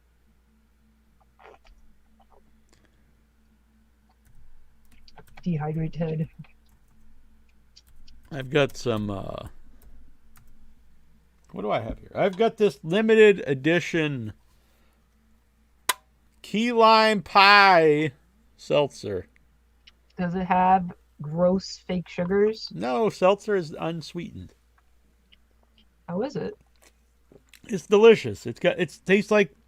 It honestly tastes like key lime pie. It's very weird. Does it taste like the pie or just lime? The pie. It has that kind of not sweetness because it's not sweetened, but it's weird. I had some. I don't know. It's actually a serious topic, and it's not necessarily horror related, but it was related to one of the Gary Sherman movies. It's something I thought about when I was watching. What was the one we were going to? Oh, Vice Squad. Yes. And very cool. Nice. Pumpkin I stole. Yeah, Did I always share white this on with the them. show? I like it. I stole. Oh, by the way, yeah. So people are going to be donating surprises. So we're going to be bringing back the Halloween costume contest. It's been away for a while. We were going to bring it back a couple years ago, but COVID made it hard to send stuff out, prizes and whatnot. So we're going to bring that back. So people out there, get ready to take pictures of your fun costume contest, your costumes, and and pumpkin carvings. What the hell is Dave saying over there? Oh. The original Toxic Avenger has some of the greatest lines ever committed to cinema. I like it too. Hey, Leroy, you know I always did want to cornhole me a blind girl. Yeah, it's going to be hard to really pull off a lot of these things. It's a pretty offensive movie. I don't know. Find out what happens. We shall see. We shall see. So for what do people theoretically get as participants? Yeah, I don't know what people have contacted me about sending stuff is, but I don't know what they're sending me yet. So I know we'll at least have some cool horror movie DVDs. Uh-huh. And I don't know what from there, but and anyone out there, you could be a horror creator or just someone who wants to send something in for prizes, and we're totally cool if it's your own movie, your own music. So if you want to send CDs from your music, a DVD of your movie, or pins or whatever whatever it is that's horror related, you can email withoutyourhead@gmail.com.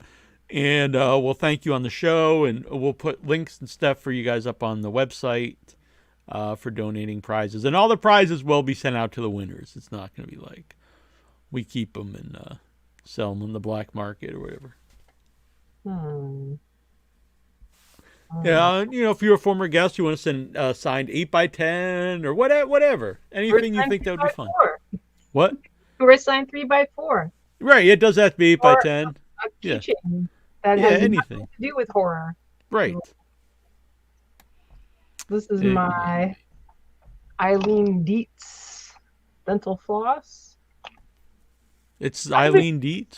If Eileen Dietz had signed my dental floss. Oh, I see. I was confused there for a minute.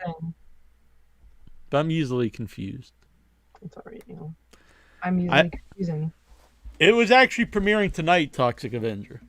Really? Yeah, at a festival. A Fantastic Fest, maybe? I'm not sure where.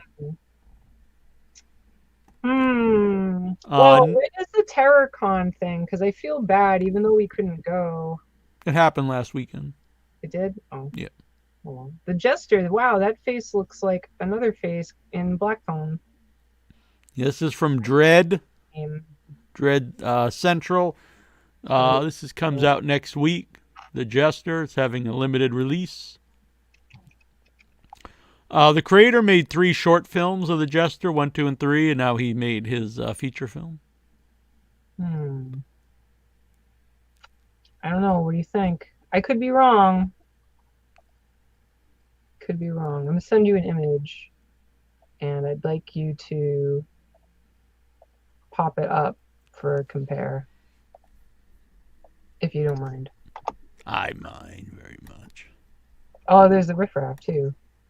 Can you put both of these up at the same time to, like, compare? No, Not I'd have to edit it.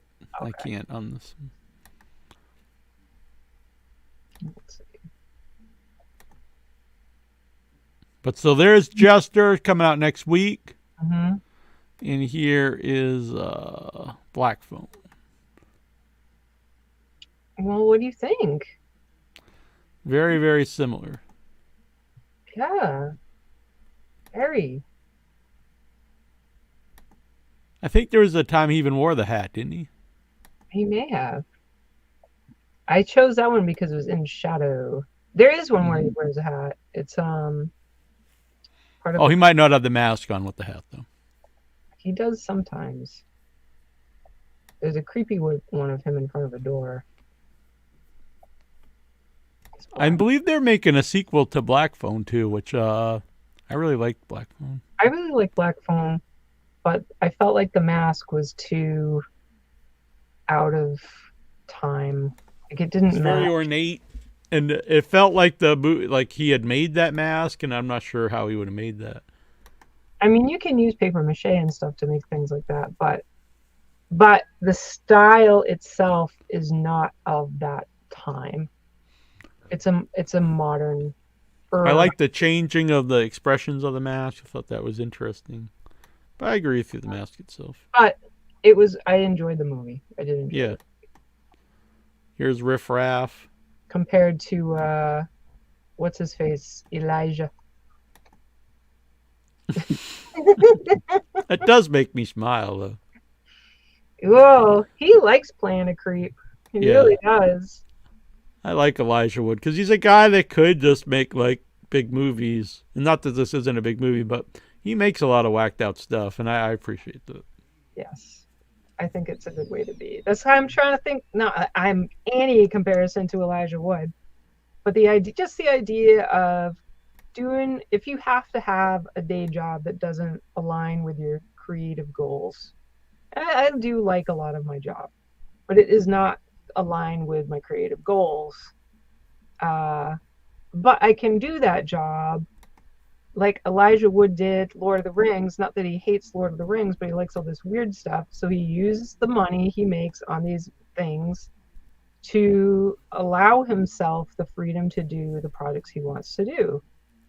So, yeah, that's kind of how I feel about my stuff. And I think if you can build that into your life in a way, it really does help make the things that are stressful about life and work, it helps. Yeah. So Dead of the Night Film Festival happened in the UK October 7th and 8th. And this poster is awesome. And if you people can have a keen eye over here, you can see over on the right, that is Smash from the Once and Future Smash and End Zone 2, which is playing this festival. Written by Brian W. Smith, End Zone 2. And The Mask by Joe Castro. Mm-hmm. Very interesting. That looks like a cover of something else. The guy reaching out reminds me of something on the side, but the thing at the top kind of looks like, so it kind of looks like the woods with like a 3-eyed monster, but it also looks like a globe-shaped head with a weird teeth. Well, all the other things are from other movies playing at the festival, so I'm just saying that it's like one of the duck rabbit image. You look at it and it's two different things at the same time, like an optical illusion. Yeah, I think it's a really well done poster, and that's cool that they used characters from all the different movies playing the festival. Yeah, I like it. Very cool. Yeah. Southport. Where is that? Where is that? It's in England. Oh. But yeah, pretty wild poster. So thanks to those guys. I'm not sure who did that. I should know the artist who made that. It's pretty awesome. Hopefully Brooklyn in our future. Yeah, it looks that way. Brooklyn Horror Fest. Yeah. Did you send in our top picks? Yeah, a lot of cool stuff playing there. I've heard good things about it. Apparently, it's a really renowned festival. Mm-hmm. So this will be a good time. Will be. It's a very long festival. It goes for, I think, exactly a week or just over a week. Yeah, and I like that they show. So they have like festivals. They got the shorts. They have feature films, and then they also have some old 40th anniversary movies. And to me, that's really fun. I like that idea. Definitely. And they have like midnight movies on Friday and Saturday. 2023. This cannot be the right one. It is not. Sorry. William Lustig will be there. I'm a big fan. Created one of my favorites, Maniac. They'll be showing Maniac Cop, which I also like. Oh, he loves Maniacs apparently. They're a fun time. He also created Blue Underground, which I talked about a little bit earlier. They put out a lot of cult movies restored on Blu-ray with a bunch of special features. Because not only does he make movies, he loves movies, and I think that's pretty cool. It is exactly a week, Thursday, October 12th through Thursday, October 19th. We will not be there that entire time. Mm-hmm. But we will be there very, very, if we're there, it's not 100%, we'd be there late Friday night on the October 13th, which means we will miss. Mm-hmm. If it does work out, we will. Yeah, I'll just reschedule. It's all right. No, we'll miss the Coolidge. Oh, wait, we will? The Coolidge Cabin in the Woods. Cabin. I thought we were going to miss the 12-hour marathon, but No. Coolidge. Oh, okay. That's fun to do, but I'm fine with you. Yes, but if we don't do Brooklyn, mm-hmm. we'll have that. Yeah. All right. Well, either way, we'll be doing something cool on the 13th. Yes. Woo! Yawning on the 13th. God, I don't have enough air in my brain. Can't call me an airhead. There's not enough there. I'm more oxygen deprived. I hope you're all right. Yeah, I'm all right. I'm yawning, so it's all working out. I understand. So what else is going on in the world of horror here? Troy and I went to see Satanic Hispanics last week, which I really enjoyed. Bombed out. Looks so great. I have such envy. So it had limited release. Very limited. Yeah, it was not playing. I know Mike Mendez, multiple time guest on the show. He told me he was playing Boston, and maybe that's what they told him. But it was Dartmouth Mall, which is not very close to Boston. It's like an hour and 25 minutes away. Some really cool anthology by all Hispanic film directors, many of which have been on the show. And another one that will be coming to the show. So let's see. It was done by Eduardo Sanchez, who's been on the show, who co-created Blair Witch. Oh. Gigi Saul Guerrero, who's been on the show several times. Big fan of her work. Mike Mendez been on the show a few times. Actually, one of our very first guests in the first year, because I used to talk to him on MySpace. Demian Arugna, who's the only guest, the only director who's not been on the show or will not be coming. Well, he may be coming on the show. I haven't tried to get him yet. But Alejandro Brugues, who made my favorite. I don't want to pick favorites, but he made my favorite short or segment. I talked to him, and he's going to be coming on the show, which is very cool. He made I wonder The Hammer of Zanzibar. so I can know what to talk about. Yeah, we'll try to work this out. That would be helpful. So I'm not just there. Efren Ramirez, he plays the Traveler in the wraparound segments. And if is this the Traveler, that crazy, awesome dude? Or is that just eye candy, that monstrous thing? Oh, no. That's it is part of the Traveler, but that's not the Traveler. That's who's kind of who's coming after the Traveler. Oh, well, that guy is cool.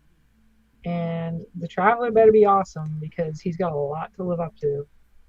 Well, he's the guy kind of telling the stories, and then he's telling the stories, and then they go into the stories while this other thing is coming. So, But he's played by Efren Ramirez, who is Vote Pedro from Napoleon Dynamite. Oh, nice. He was great. Yeah. His delivery was so perfect. I don't even know if I like that movie. It was so strange, but I appreciate what it was. Mm-hmm. I don't know if I liked it. Yeah. I'm not sure who plays the guy, the thing in the picture there. I think it's a former guest on the show who played the Demogorgon in Stranger Things, because Mark Steger, but I'm not positive. You know what? I'm positive of. I'm going to go get a cupcake. I will be right over here where the cupcake lives. So you the can cupcakes continue. live over there? I'll hear you where the cupcake lives. And I'll come back with my cupcake. All right. I'm going to play a 20-second clip here while you do that.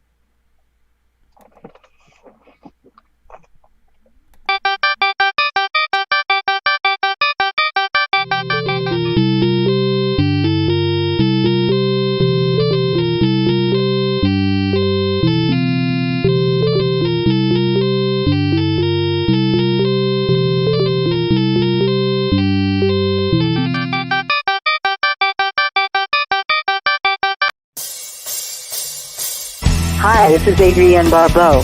Just call me Billy. Everyone does. And you're listening to withoutyourhead.com. Hey, I'm not on video. Sorry about that. I do have a question, though, as I was off retrieving this wonderful muffin. Mm-hmm. Do we have any reviews to play for the show?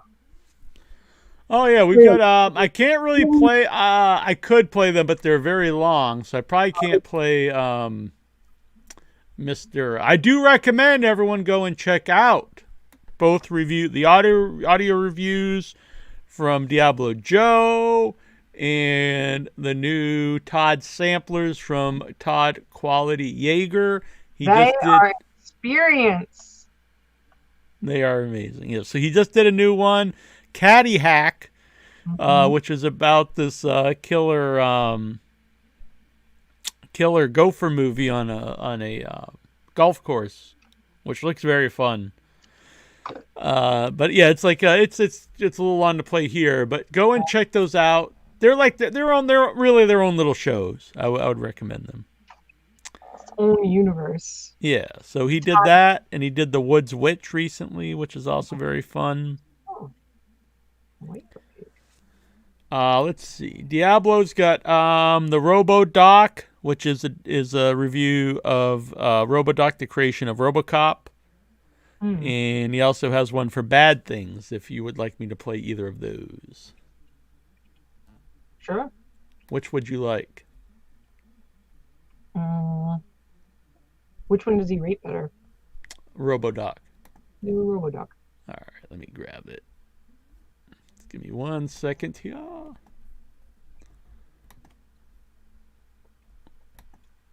It's really cool. That's I have not watched it, but so I believe you can buy like the Blu-ray, and it's the whole thing is one really long documentary. And they were also showing it. Yeah, you can get it on Blu-ray and Amazon, and it was it's no longer actually on Screenbox, but they did have it as a 4-episode series on Screenbox up until the 19th, so you can't get on there anymore. But you can go get the Blu-ray and get all the specials and stuff. So All right, I'm just uploading that. Let's take a second here. I guess I should have. I could have screen shared it maybe. My green in the cupcake, but it's almost uploaded now. So here we go with Diablo Joe's review of RoboDoc, the creation of RoboCop, which is not necessarily a horror movie, but it's pretty horrific. There's a lot of great violence and gore in RoboDoc and RoboCop. I think it's a great movie. I think a lot of, I think it's good. It's always got its recognition as a great movie, but I think a lot of people used to just see it as an action movie, but there's a lot of social commentary within the movie. It's still processing here. Here we go.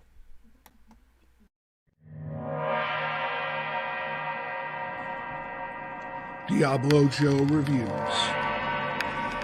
RoboDoc.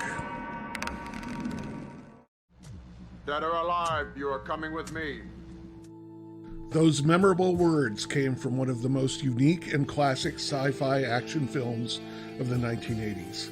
The product of an incredible confluence of madmen and creative talents, 1987's RoboCop is as savagely funny, insightful, thrilling, and prescient as it was when it splattered its way across screens over 35 years ago.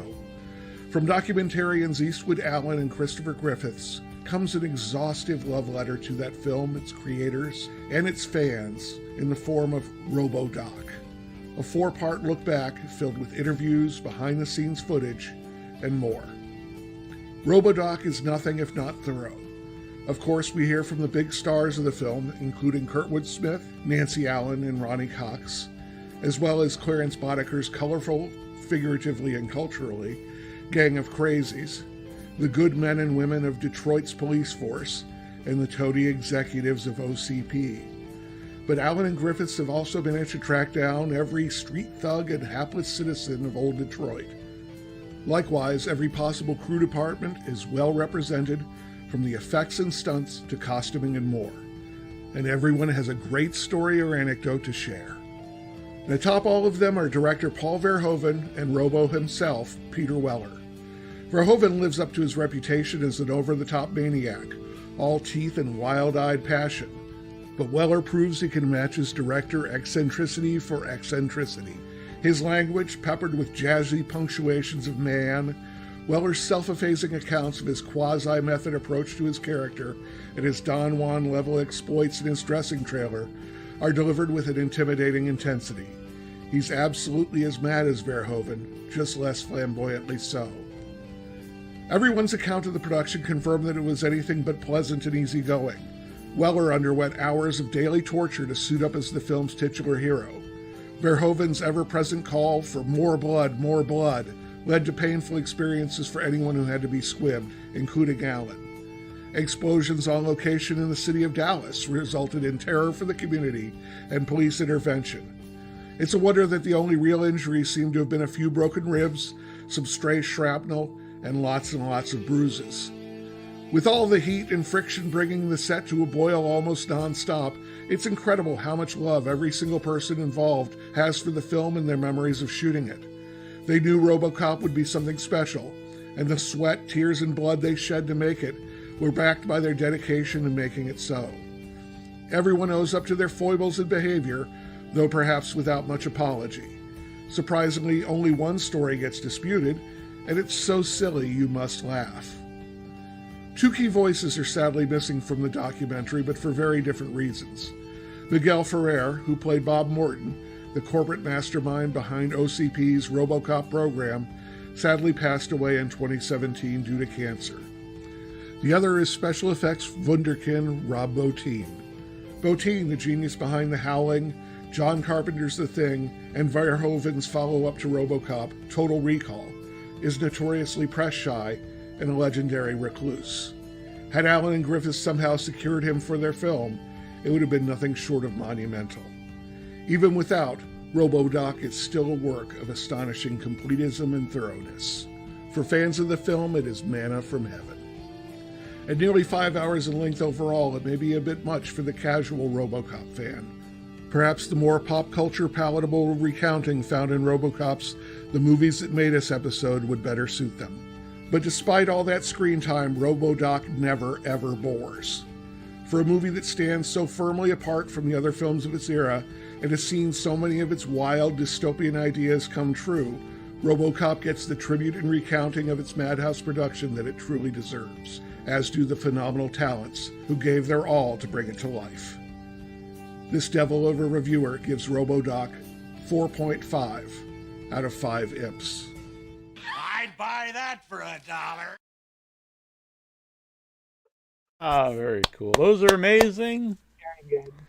Great voice, great reviews. Yes. And some hack edits them together with the videos. I don't know. That hack seems to do a pretty good job.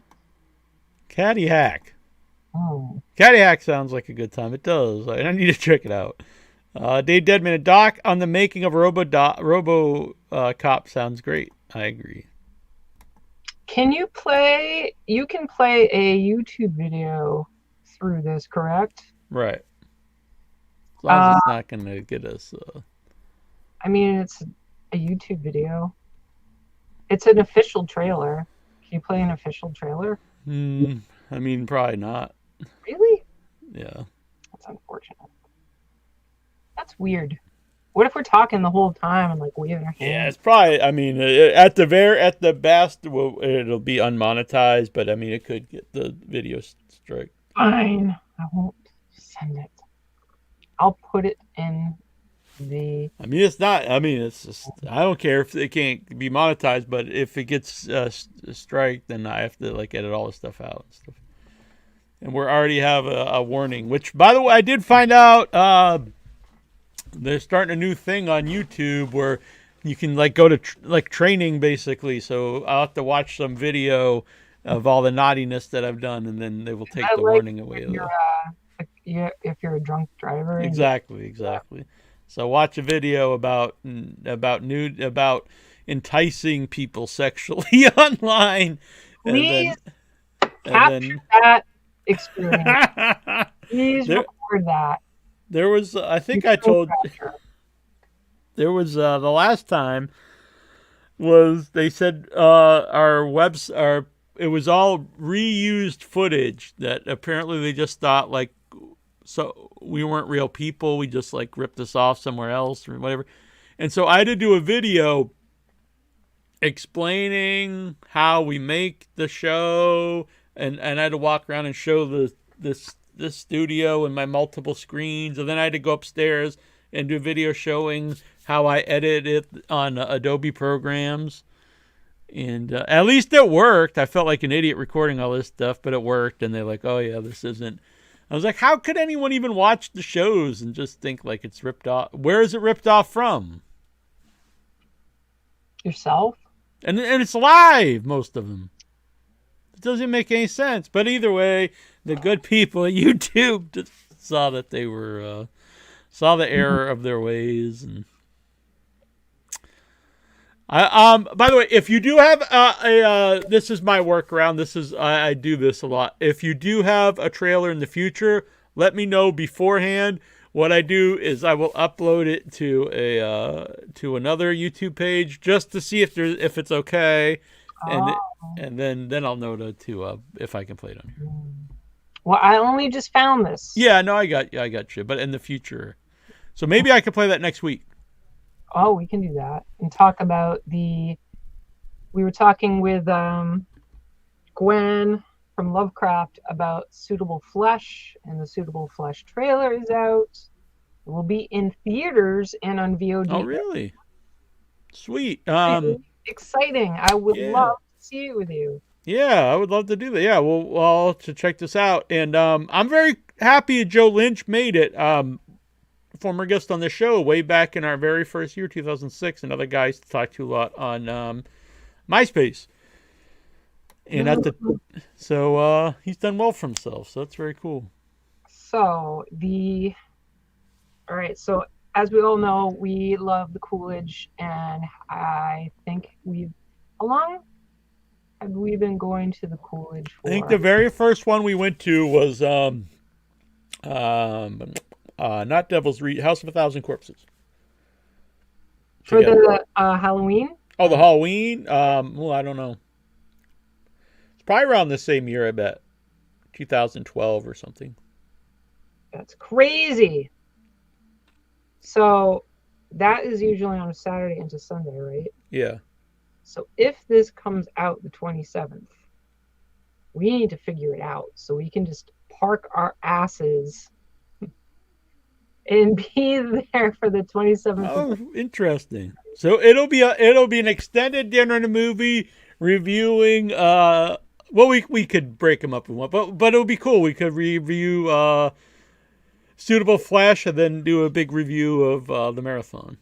Yes, and maybe play games. Yeah, that sounds like fun. By the way, my plan was, because I have a few dinner and movies where the audio I tried to fix are very bad. I'm going to try to use this AI to fix the audio on a couple that have not been released. And also to do something that I've been working on for a while, but this will help me out a lot, is I want to put out a better version of our dinner with Joel Reed.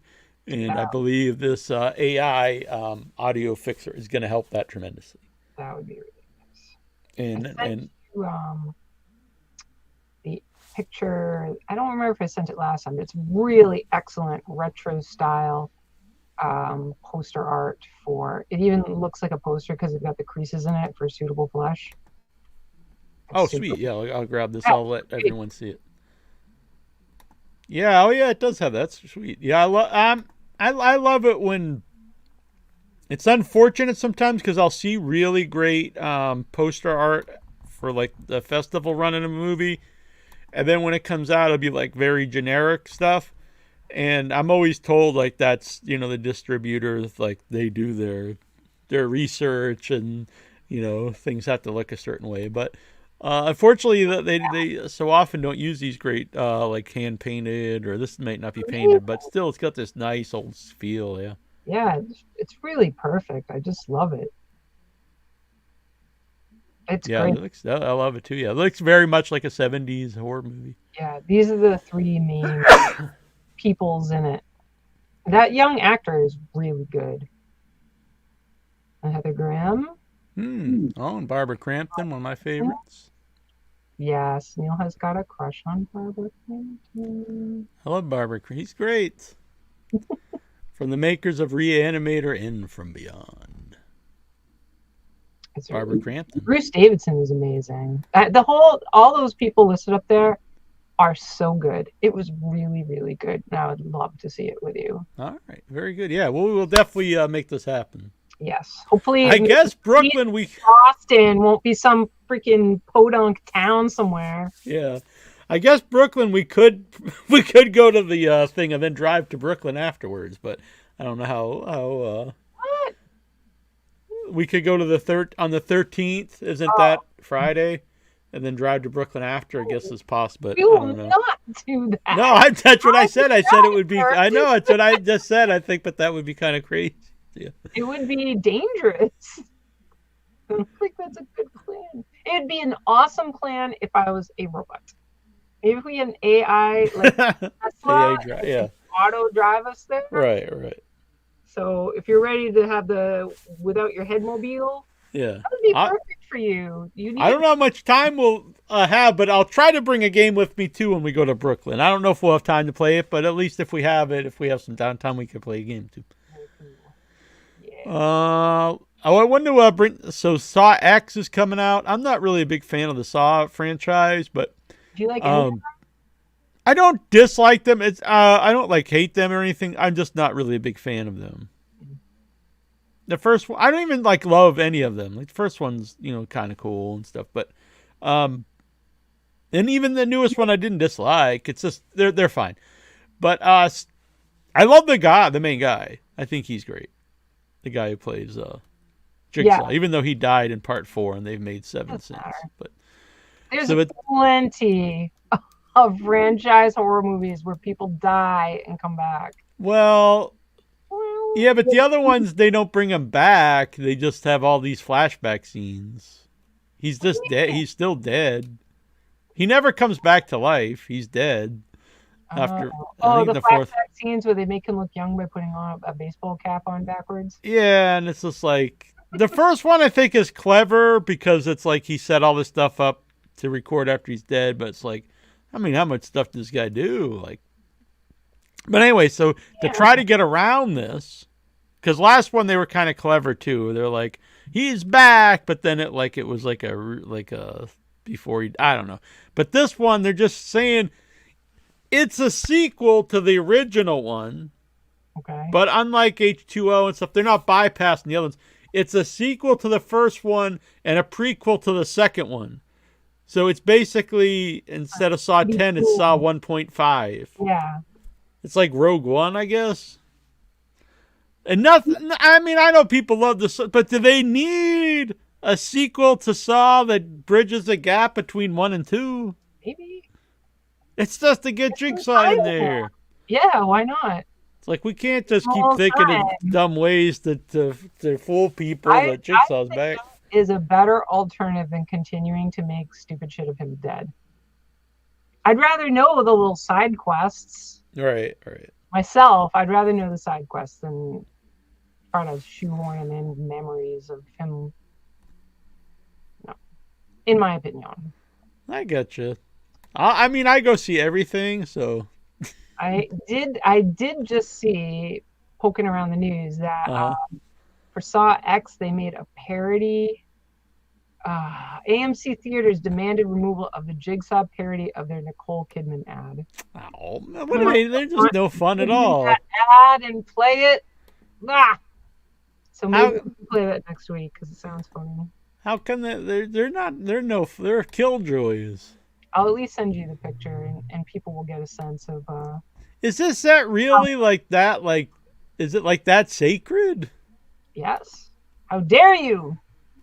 I was at something recent. I was at a movie recently where the crowd cheered when that came on. I was like, really? Yeah. Recently? What was it at? I forget. Yeah, it was last weekend, I think. Was I there? Did I block it from my memory?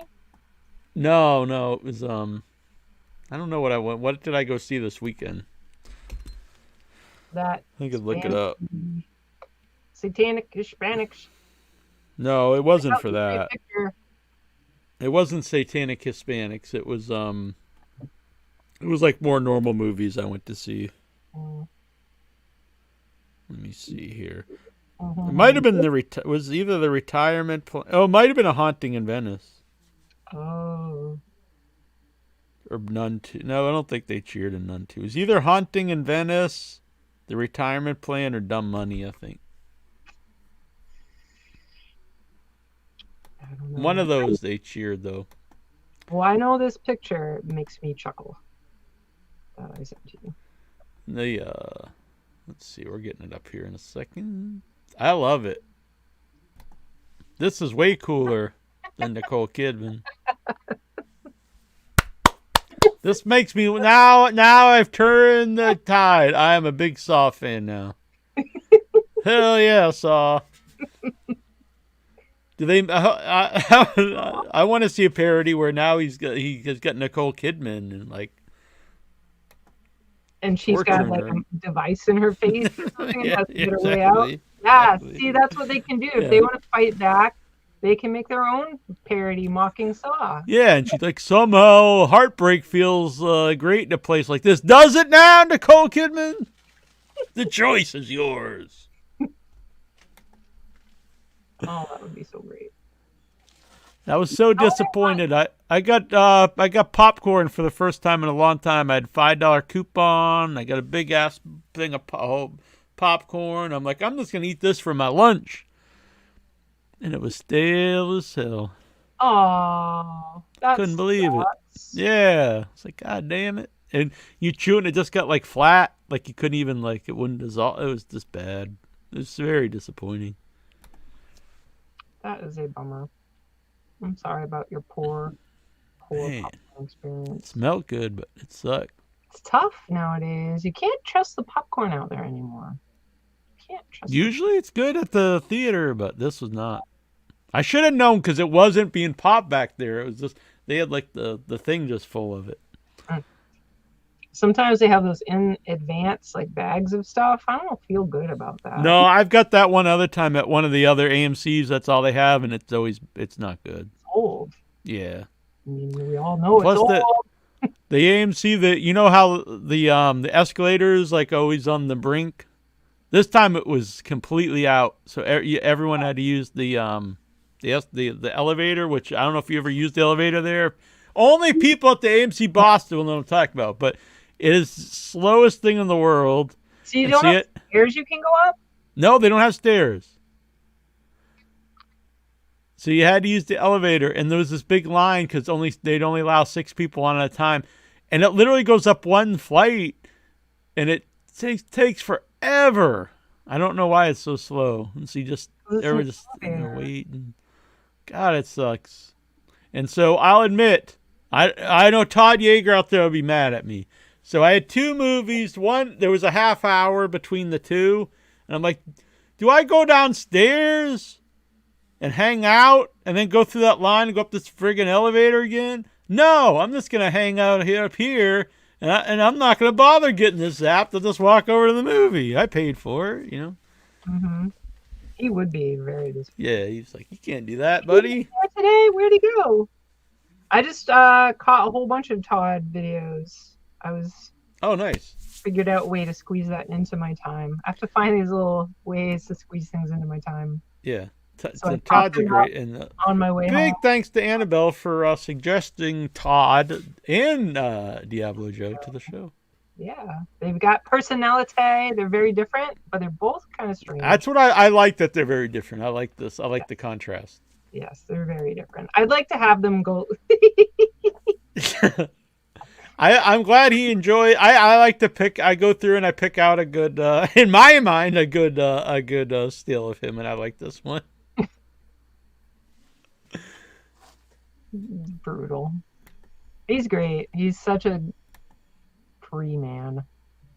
Yeah, he's awesome. So, oh, by the way, there will be a new Slasher Man shirt coming soon. Bum, bum, bum, bum. Of Sirloin. Nice. And Mr. Bill Whedon together. Excellent. Both of them sent me several pictures to go by, and I saw a lot more of people than I expected to. But which people? Both. Both, but more so, I guess, of Bill than I expected. Bill? I've seen a lot of Bill before, anyway. I guess I've seen another side of Bill. I thought you saw his backside and his front side. I saw more. I guess I have already. You're right. You're right. I just I guess I've never seen him getting like whipped before though, or belted or whatever. But so yeah, it's gonna be a cool shirt. Everyone's gonna want to wear. The audience are like, "What is happening?" So it'll be fun. It'll be fun to draw. Yeah. I look. I feel bad saying I draw them. They're pixel art, but I will say, someone's been messaging me, asking me what program, and I was trying to explain, and they literally didn't believe me. They just say that I use a program, and I just put. I'm like, no, I don't just put in pictures and they become pixelated. Like I really do draw them a pixel at a time. Yeah. And I know that's not it's not the same as actually creating, painting or anything, but it is a form of artwork.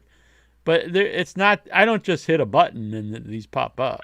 You couldn't possibly do it because the part of the thing with pixel art is that people are disproportionate. Right. You can't.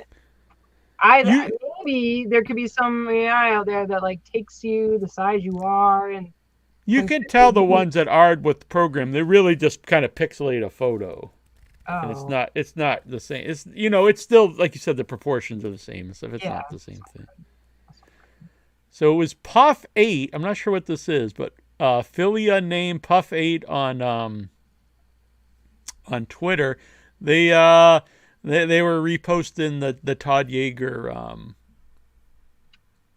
review of Caddy Hack. And quoting him, explodes into a ton of fun. Awesome. That's exciting for me. I was Yeah. wondering as I was listening and watching the Todd reviews a couple days ago. I was wondering because I do know that Joe gets a lot of positive feedback for his reviews from people he's reviewing, and I was hoping Todd would have a little bit of attention himself. So that's excellent. Yeah, they're both have been getting quoted, which again, good. It's good for everyone involved. So. Mm-hmm. So YouTube will pick. They'll pick their own thumbnail. You know, Mm-hmm.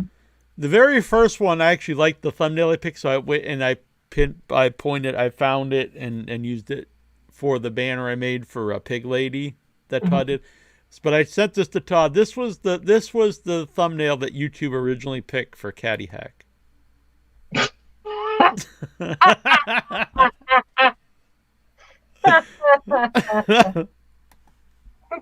And he was like, I guess that's supposed to get the most hits. So I don't know, maybe. I do wonder how they pick them. I can't even imagine. You heard about this John Carpenter's Suburban Screams? No, is this? Oh. Just real quick before we get off Todd Yeager. The last thing. Excuse me? What was that, sir? I was very excited. So Without Your Head was contacted to do reviews for Visual Vengeance, which is they put out 90s and 80s shot on video movies, and now they're restored on Blu-ray. Nice. But they're sending out the actual Blu-rays to review, and I was like, oh, this would be cool because Todd's like really big into the physical media, and so he got a couple in the mail. So he'll be reviewing these soon. The Abomination. Cover is amazing. And a Replicator. I believe Gunnar Hansen is in Replicator. Wow. So that's pretty wild. Cool. All right. So let's see here. Mm-hmm. So what were you asking me about? If you know about Suburban Screams, let me Suburban Screams. Carpenter back in director's seat in Peacock's genre-busting series. Yeah, I'm going to send you a picture relevant to this, since I'm sure we can't watch that trailer. Yes, so this news is to give credit through Bloody Disgusting. It's by Megan Navarro. Just when you thought October's Friday the 13th dance card reached max capacity with Halloween offerings, horror master John Carpenter ensures there's always room for more with upcoming Peacock series John Carpenter's Suburban Screams. Unscripted series premieres October 13th and stems from the mind of legendary horror director, writer, and producer. Genre-busting, unscripted horror anthology series from the mind of legendary. I wonder what that means. Unscripted. The series explores. Makes it sound like it's like a reality TV. Yeah, the series explores dark secrets and unspeakable evil that sometimes lurks beneath the surface of the sun-drenched streets, manicured lawns, and friendly neighbors of suburbia. Each episode focuses on one true tale of terror told by the real people who lived through it. Their first-hand It's like a documentary. Premium cinematics, scene work, news clips, home photos, and archival footage combining the visual language of horror films with the tools and techniques of documentaries, creating a uniquely frightening experience to viewers. Each episode will delve into the monstrous evil that lurks beneath the surface of friendly suburbia through the lens of one frightful tale. In addition to first-hand accounts, the episodes will include cinematic reenactments, maybe Bill Whedon will be in there, personal archives, and historic town press coverage. Carpenter also composes the series theme music. Very interesting. I would totally give it a peek. Do you want to? We can try to watch these. I'm just I don't want to get. I don't care if it's because I don't even have it I don't have ads on the show anyway. So what? Yeah, but I thought you didn't want to get strikes. Yeah, I don't want to get a strike because we're already at we already have a warning right now. So Yeah. if we So get another thing, it could, yeah.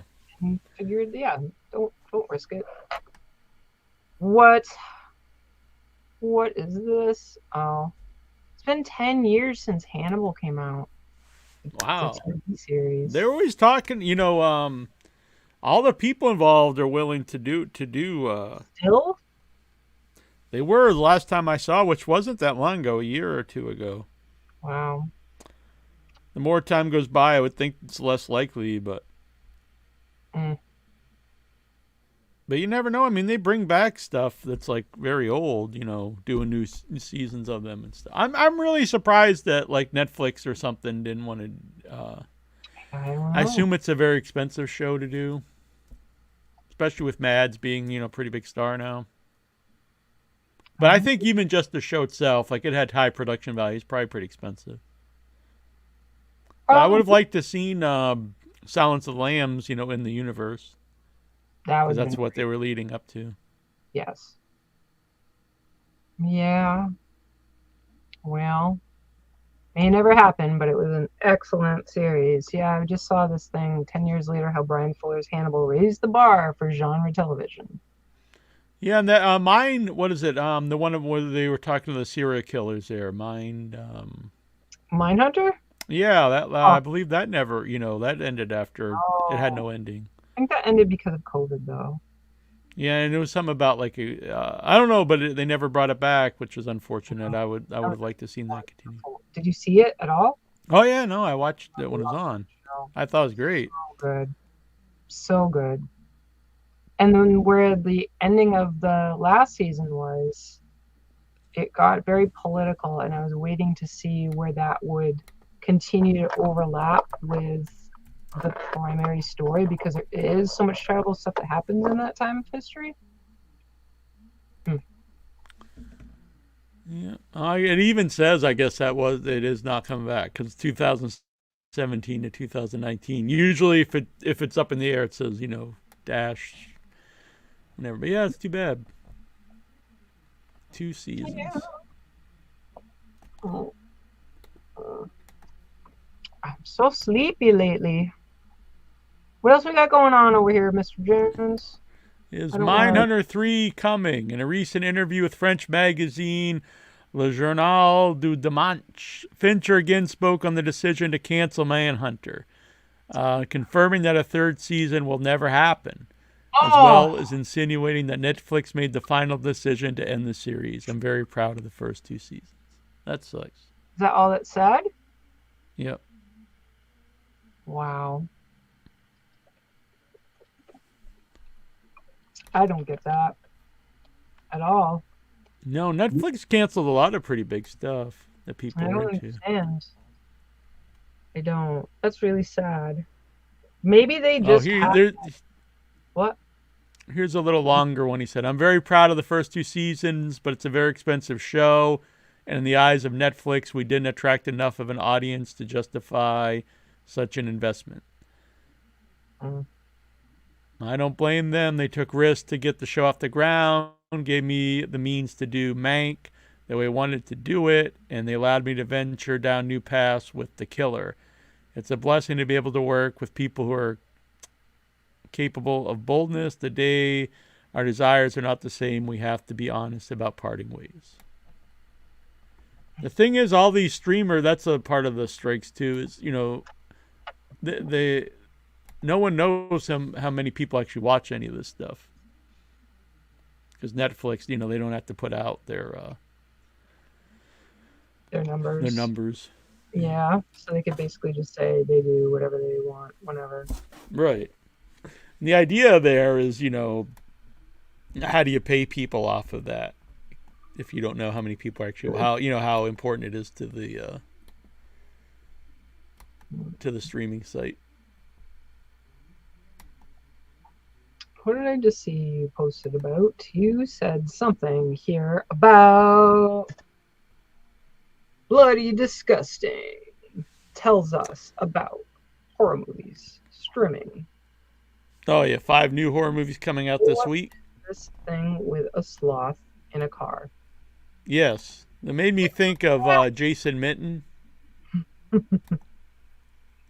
Jason Minton loves sloths. I'm not saying Jason Minton is a sloth, but he does. Yeah, he is pretty slow. But I mean, like the Southern people are. I'll just stop there. I meant like he's not. He's just taking his time. He's a slow. I feel like I'll just keep digging into my hole deeper if I go. Yeah, he is. He is a slow walker. That's the I know a lot of cool stuff. Jason Minton is a slow walker. I don't think he'd deny it. Compared to others. Yeah, well, I prefer slow zombies. Not a slow walker compared to himself. Right. So, but both Jason and former host Jittery John, they're very slow. I just think that's what Southern people are like. Seth is Southern. I don't think he's slow. No, he's kind of he's like he's all coked up or something. Recently, for some reason, I looked up how long it takes to walk the whole Appalachian Trail because it starts in Maine. Months. 7 months. I was like, oh man, this would be cool. I'm like, fuck that. 7 months. No, it was something that I hoped my dad and I would do, but alas, it never happened. Yeah, that would have been amazing, even if it was just part of it. Because you don't have to do the whole thing. You can do parts, and sometimes people will start one, get a few like so far, and then they'll pick it up later. Yeah, so eventually you do the whole trail. Yeah, it's 90 miles through Massachusetts. It's a long ways. I wonder how long that would take. Not that long, probably. Slaughterhouse is a brand new horror comedy that tells the story of college senior Emily Young, who unknowingly invites an adorable murderous sloth onto campus. It's senior year of college for sorority sister Emily Young, and for the first time ever, Sigma Lambda Theta is having elections for who will be president. Wanting to have a killer year, Emily Young realized she might just be the best option for her sorority. While beginning her campaign, she finds an adorable sloth that steals her heart, and soon realizes she might just steal the hearts and votes of her sorority sisters. But when bodies slowly begin to pile up in the Sigma Lambda Theta house, Emily and her sorority sisters realize the deaths are being caused by their new house mascot, the cuddly sloth Alpha. Will Emily and her sisters escape the house with their lives? Or is this death sloth with 3 razor-sharp claws too quick for them? I need to see some Slaughterhouse. Did I send you the stupid sloth picture yet? This is a stupid picture. Yeah, I see it on here. But here's the poster. Look. Ooh, wait a minute. Whoa, I lost you. I lost the screen. Oh, wow, look at that. Don't rush. Die slow. Slaughterhouse. I'm into it. Bet it's horrible, but I'm into the idea. Get rid of this John Carpenter thing. Get rid of this thing. He looks kind of small. I don't know how big sloths. I assumed sloths were huge. Oh, they're not. If I'm making a killer sloth movie, I make him a big ass sloth. I make him like 12 feet tall. Look. Wait a minute. Look, he looks small. Got big claws though. God, wait until you see this one. Do you think the sloth is really the killer? Or do you think it's all a setup, and the real killer is, some asshole? Maybe it's an asshole sloth. There's asshole people. Maybe it's a sociopathic sloth. Man, I'm pro sloth. Well, check out this. Oh my God! Oh, here's a sloth. Oh. Is that a real sloth? Yeah. What's he doing? Are they doing like they're reenacting Titanic? Maybe. Did you share King him? of the world. What? Did you share how cute he is? Yeah, I'm popping him up. Look. Oh my God! I want a sloth.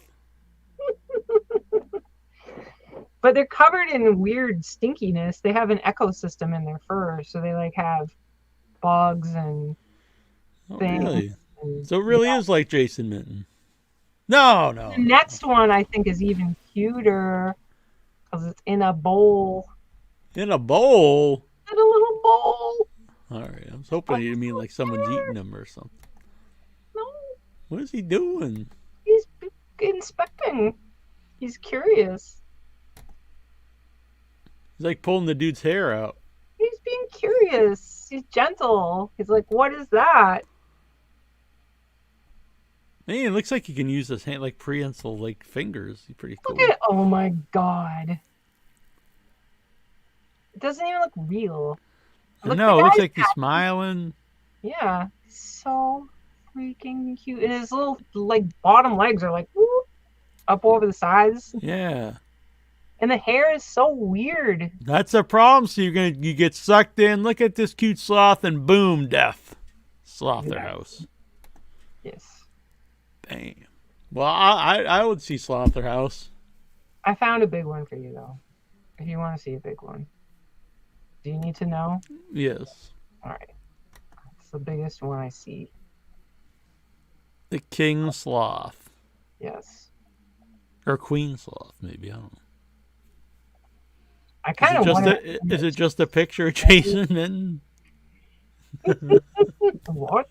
Here's the tallest sloth known to man.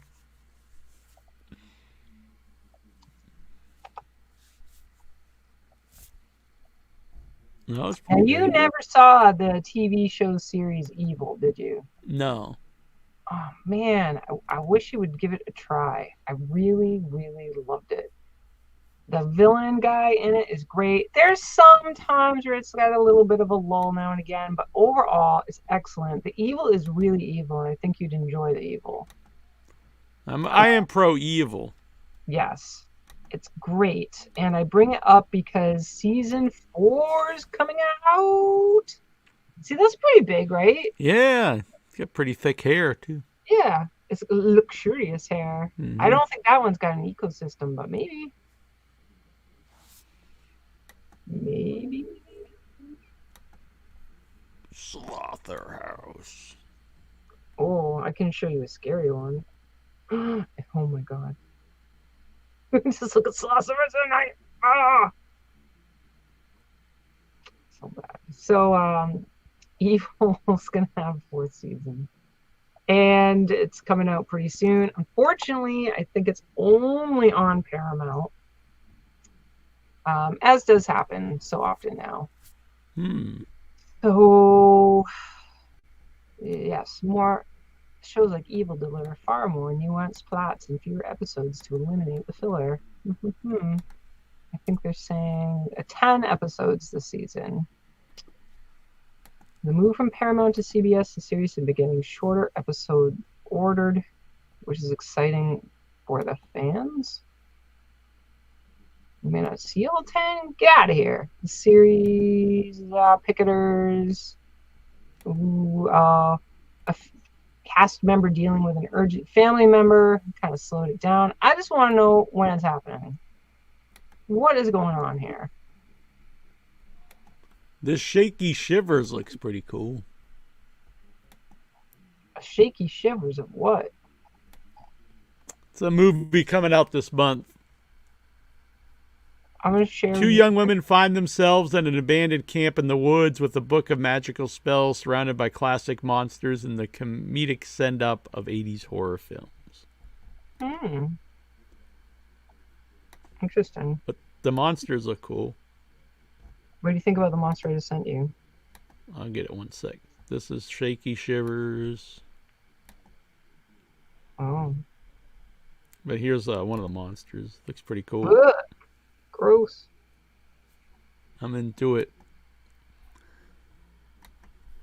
Alright, let me grab this one. Oh man, there was another cute Troy, sloth. by the way. What's this? What's that? I miss Troy. Yeah. He's works weird hours now, unfortunately. I'll tell him to get his ass on the show, though. He can always jump on, even if it's late. Yeah, even if he just pops in and is like, hey, how is everything? Talk to him about sloths. Look at that! What do you think about that? That's cute. That's a weird sloth there. That's out of Evil. Oh, really? Yeah. Yeah, that makes me want to watch it. I like creatures. I'm gonna get you some creatures here. I'm gonna find some stuff to share with you. There's many a creature, and they're weird. There's demons all over the place. They have different ways to describe these demons. It's interesting. There's a lot of stuff going on at once. Let's see. I can give you George.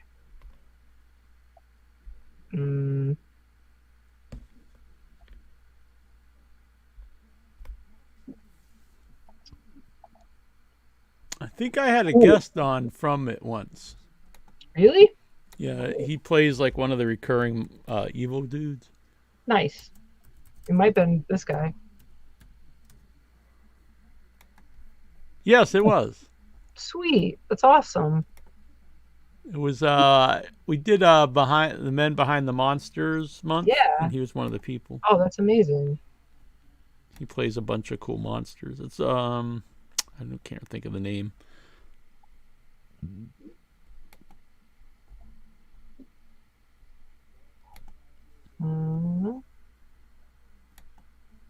I dig it. So do you know that name of the character?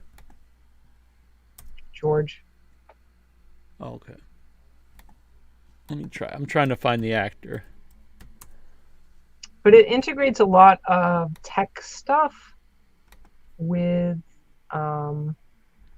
evil, and whether or not it's evil or not, and how does it influence children. And it sounds like it would be preachy, but it's not. And maybe my brain is too simple, but I think it does a really good job of showing the potential problems with technology. Not to totally demonize technology, but there are problems that come with it. Yeah. Yeah, Marty Matulis. Well, that is excellent. He was a really cool guest. And since then, he's been in Smile and Studio 666. Oh, what was he in? We'll get Studio him. 666? A demon? He's been one of the demon dudes. Yeah. Hmm. I'll have to get him back on sometime. Person. He was a cool guest. I'll get him back on the show sometime. Yeah. A lot of those people who play the monsters in movies always turn out to be really nice people. Yeah. Boom. What is that? Who's that guy? That's Marty Matulis, who plays George. That was the Wow. banner I made for Behind the Monsters. What about when he looks normal? He's normal over here.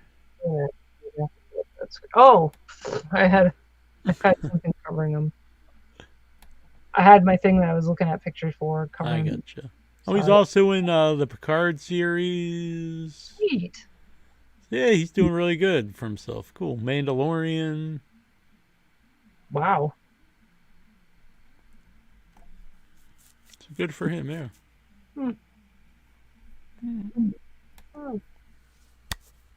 What's happening in the world? Did I miss some of the things that you put? The No, stuff that you I think Mike Flanagan's The Fall of the House of Usher is coming to Netflix. That's got a lot of bad stuff around it, so. Bad stuff, like what? God, who was the guy? The guy who played who's the guy who played Skeletor in the He-Man movie? In the He-Man movie? I don't remember. I just remember the guy that played He-Man. Well, let me. It's Frank Langella. Yes, I was thinking L something. Yeah, so Frank Langella had come out of retirement to play Usher, play the patriarch. He's pretty old, and then they filmed like all of it, I believe, and then he got in trouble. woman who plays his young wife in the show said he made like inappropriate comments, and so they fired him and reshot all his scenes. And Wow. I mean, I don't know. I mean, obviously, I wasn't there, but I've read what he said, and I mean, I kind of feel like it's just a guy from another era. But I mean, again, I wasn't there, so I don't know. But I did feel. I mean, also, I mean, again, if he did stuff, I don't feel bad for him. But I mean, he was saying like, you know, he came out of retirement for this, and he's never been accused of anything his whole career, and this could be what, you know, he's known as now for, you know, the rest of, you know, puts a bad mark on his whole career now. So. I would have never known if you hadn't told me. So. Yeah.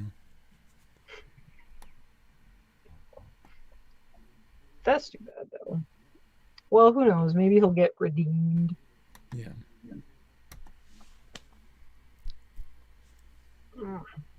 What else is happening? All right. So you won't be here next week. I will not be here next weekend. A long weekend. Right. Will you be on the show Thursday? So you won't be here on Thursday either? Thursday or Friday or Saturday or Sunday or even Wednesday night. Not around. All right. All right. Well, I'll be back here. I'm not sure who'll be the guest yet, but we'll figure it out. Hopefully get Gary Sherman back on, maybe sometime next month. I'd like us both to be here for that one. Yeah. It's a tough season. There's a lot going on in the fall time. Yeah. Or maybe even November. We'll figure it out, but we'll get Gary. I'm sure Gary will do it. Something might have come up because I haven't heard from him today, so hopefully he's okay though. Yeah, hopefully everything's all right. But I am a big fan of his films. I would recommend all of them. I'm going to have to rewatch the Dead one. Finish watching the one with Donald Pleasance and Christopher Lee. Yeah. Mike Lackey. Yes. Sent us each a copy of his graphic novel. Excellent. So I have them both here. Awesome. And I did not look at yours yet, but mine, I assume yours as well. He put a little note in it to Nasty Neal, which is very cool. And so really awesome of him to do that. And when I see Annabelle again, I'll bring you yours. And I'm looking forward to reading it and getting Mike back on the show. And Mike told me he said he feels like he's made 2 new friends after being on the show. That's really kind. He's really nice. Yeah, he was great. So I liked him a lot. Very cool. So I'm looking forward to reading it. Looks very fun. And I'll be honest, he mentioned Sergio Aragonés, and I will say the cartoons are very reminiscent. So I think it'll be a fun read. And it's very big, too. It's a big graphic novel. Yeah, you made it sound like he was quite like a couple hundred pages, isn't it? Yeah. Yeah. So both him and Frank, very cool guys from a crazy movie. Street Trash. Yeah. I love Street Trash. Big fan. I love melting people. So, or on cinema, not like melting people in reality, but cinematic people melting is very cool. You don't see enough of it. And they melted real crazy. Yeah. Melting it's good. Yeah, it's great scene in Indiana Jones, the first Indiana Jones. This is much more colorful and wacky and gross. It's very crazy. Not only is that movie gross and stuff, I really think it's really well shot and made, so it adds a lot to the film. They have big shoes to fill for doing the new one. We'll see. Yes. But I do like the maker, Ryan Kruger. So hopefully it works out. I like that shirt you're wearing. Thank you. It's crazy. It doesn't fit awesome. I might borrow someone's What's up, Steve? Stevie! I might borrow keep going to say typewriter. Yeah, That's you can not fix it. that with a typewriter. Oh, It'll be all this set. is like a weird fit, and it's like a weird square shape. Because I bought it through one of these sites. You win some, you lose some. It's a pretty sweet graphic there, Steve. Yeah, little devil dude. Yeah, he's cool. He's I got a ready. devil up here.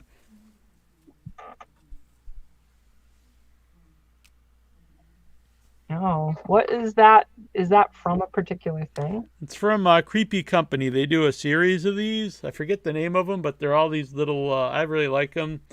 But he doesn't have like an origin I story don't from think some so. I don't think movie or so. whatever. No. Set up for the creep show season in October? Not.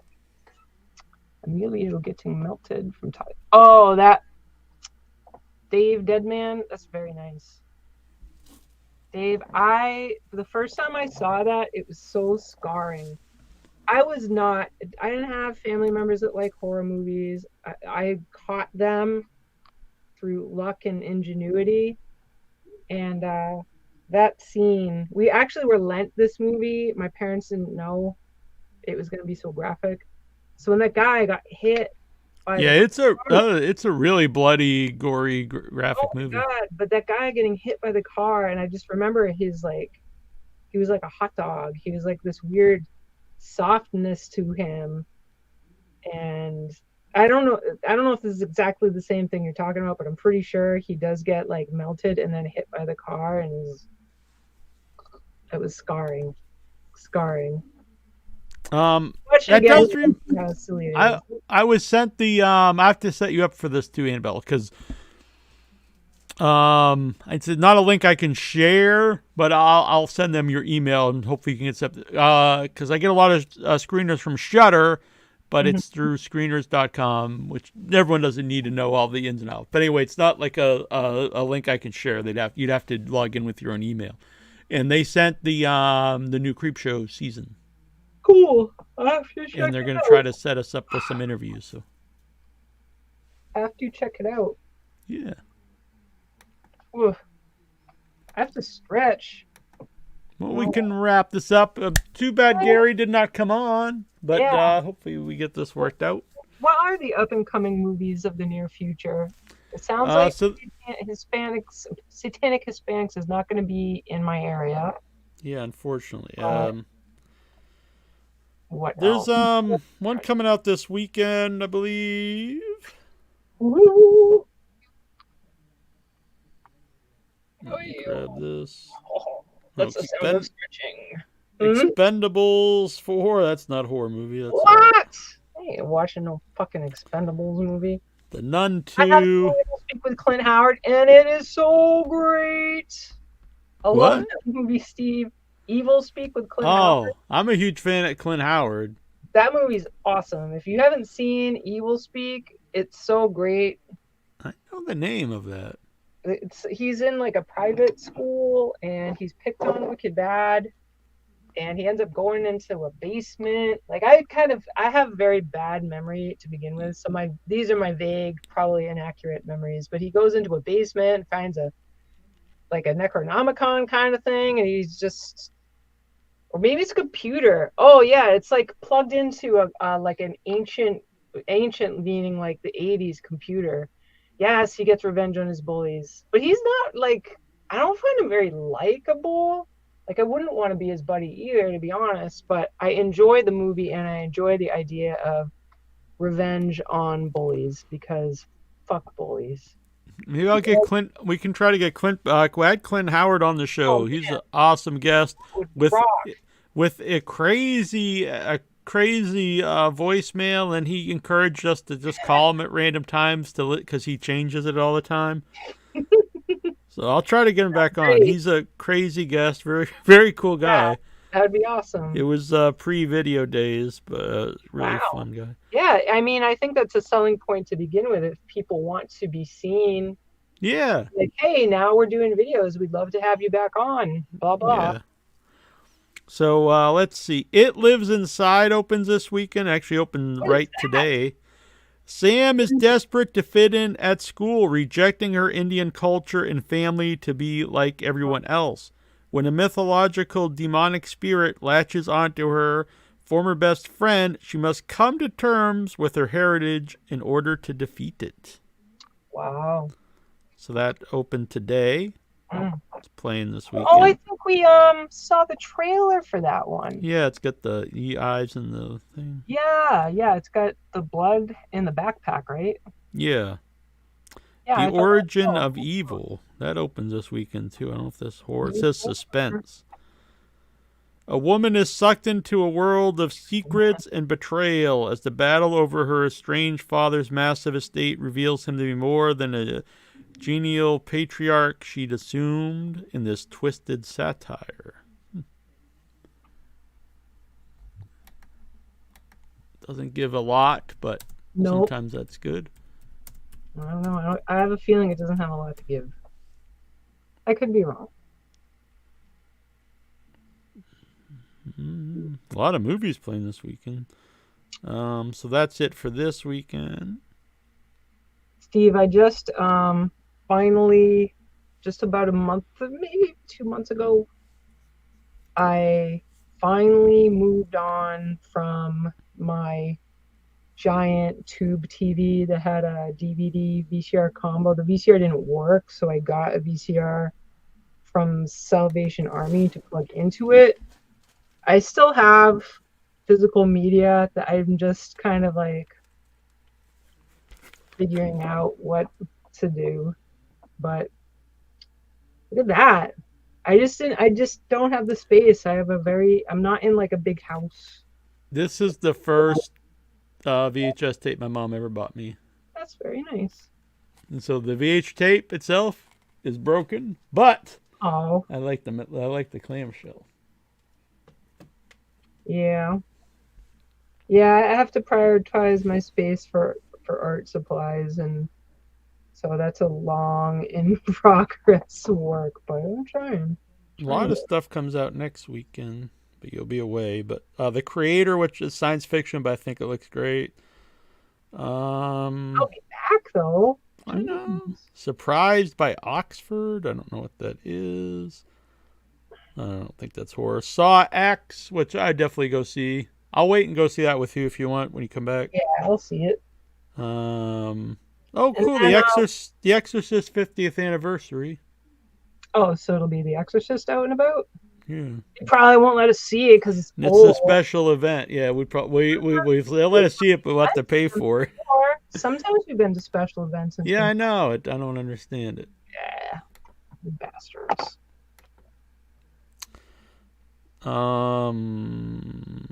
The Blind? That's also a special event. No, never mind. That sounds stupid. The Blind? It sounds like stupid. The blind people? The blinds? Like, this is cool, though. So they're putting The Exorcist 50th anniversary out this weekend, and then the weekend after, the new one comes out. Oh. So if we could go see that and Saw X, that would be a really cool double feature, I think. For what weekend is that going to be? That'll be the 8th. The 8th of October. Yeah. Fuck. It's got to be a lot of October things happening, too. I know. Sundays are going to be good days for me for a while because I don't watch football. Nor do I. So, I used to watch this stuff, but I don't. But that would be cool, though, if we saw X and, it's the sequels to these classic horror things. That'd be cool. And also, we probably won't be able to see this, but we've seen it before. But I am glad they're starting to do these things. A special event, House of 1,000 Corpses anniversary. Really? Yep. How long has that been out? It just comes out the 8th. No, but what's the anniversary? Oh, the 20th. 20th? Yep. Fuck. It was because I had I did an interview earlier this year for the 20th anniversary of it. I had Dr. Satan on. Oh. And it was really weird because I have a picture with him for the 10th anniversary when I hosted a panel. Yeah. And it's weird to think that was 10 years ago. And then, Dude, I was talking he with was a cool mi guest, madre though. last night, and Talking to who? mi madre last Oh, night, okay. and been friends with Seth like in person since 2017. That's almost 7 years. Wow. That's weird. Yeah. It's a long time. Here you go. On the 15th, they're showing this on like 8,000 screens. Like this whole look. What? Look at What this. is that? For what? Look, I can't even keep it all in one scroll. As me, the Taylor Swift tour. What? Taylor Swift tour. That's on screens? Yeah. I'm so confused. So like On the 15th, well, good thing we'll be away that weekend. We'll be watching cool horror movies, not Taylor Swift. Taylor Swift. I don't get it. I mean, I don't really know her music anyways, but No, I don't know either. Swiftie Nation. I don't know if they call themselves that, but I know they call themselves Swifties. Killers of the Flower Moon, which I really would like to see. Not horror, but looks awesome. Oh yeah, the Native American one. Yeah. That looks so good, so powerful. It was the first time I saw the trailer, I was gonna cry. Yeah, it looks great. Really intense. Weird, later in the month, there's no horror movies coming out. They're all coming out early. You think they'd put stuff out closer to Halloween. Maybe they put them out because the early October, the Halloween is in the air, and then they've got the entire month to make money. Yeah. And if you put them in near the end of the month, then you've got that little bit of buzz, but when it goes into November, people still hanging on to that buzz. We've got some Steve on the side over here. Yeah, I'm grabbing All right, it. guys, I'm like stretching and everything. Hey, Neal and Annabelle, have you seen the movie The Exorcist 2? Yes, I have. I actually have only seen one as a child. It was really horrendous. You saw the second one though, right? The Heretic? The one with what's her face in it? Yeah. Yeah. Exorcist. Yeah, it's not a good movie. They're trying to hypnotize her. Yeah. That dude, And Burton, so whatever his name is. it's funny you mentioned this though. I was going through. I was cleaning out some stuff, and I found the Heretic Special Edition Blu-ray, which I didn't even know I had. Wow. Still sealed in the package. Maybe you can sell it. Yeah, it's a good idea.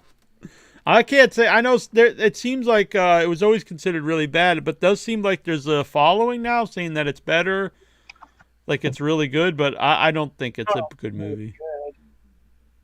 I mean, I do like the third one, but I cannot agree with people who. There's a lot of people who say it's better than The Exorcist, and the third one isn't. I think it's a very good movie, but it's not better than The Exorcist. The numbers of a lot of people. I feel like most of the time when you say a lot of people, it's like 5 people. I don't know. Do a poll. Do it without your head poll. I really love you guys' shows. Exorcist 3 superior to the original Exorcist. No, the original. Honestly, that's like one of the greatest films I've ever seen. I want to know about a lot of people. I want to poll. I don't even think that the book is kind of a mess. Mm-hmm. Which is the sequel to. The book is the the sequel to The Exorcist, and then it's the third movie. But I think the book is a real mess, and the movie is kind of too, but it's an entertaining mess, I think. Which is the entertaining mess? Part 3. Oh. It's got a lot of, it's a good, I enjoy it. Yeah. I actually think the movie version is better than the book of that one. The Exorcist are equally amazing. The books, I honestly think the original Exorcist might be the best horror novel I've ever read. Steve Navarro, I really love your guys' show and have been watching for 5 years and saw the one with Daniel Beer. You had Daniel Beer from The Raft. Yeah, that's very cool. We've had 3 guests from Creepshow 2, from one from each of the segments. Yeah. Did you know, Mm-hmm. when we were talking about Mindhunters earlier, the older detective in Mindhunters, he is the long-haired Indian guy in in Creepshow 2, the opening segment, who's robbing the old folks who have the Chief Woodenhead. Oh, he's the actually alive guy? Yeah, he's the guy who's keeps talking about he's going to Hollywood with his hair and he gets scalped. That's him. Yeah, no shit. And which guy is that? That's He's the older detective in Mindhunters. Shit. What's his name? Um, He should be on the show. yeah, that's a good idea. Maybe now that the fucking series is canceled, he wouldn't mind so much. Holt McCallany. Let's see what I get here. Huh. Interesting.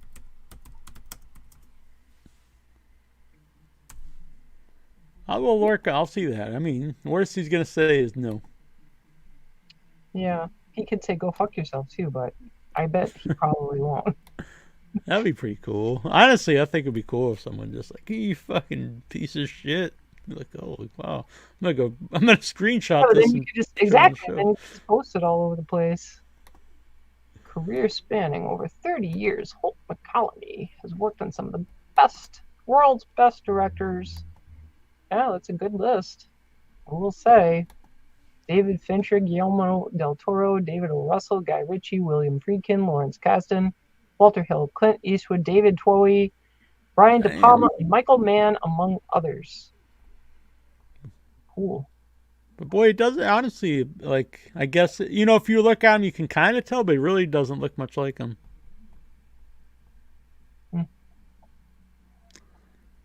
But that's cool.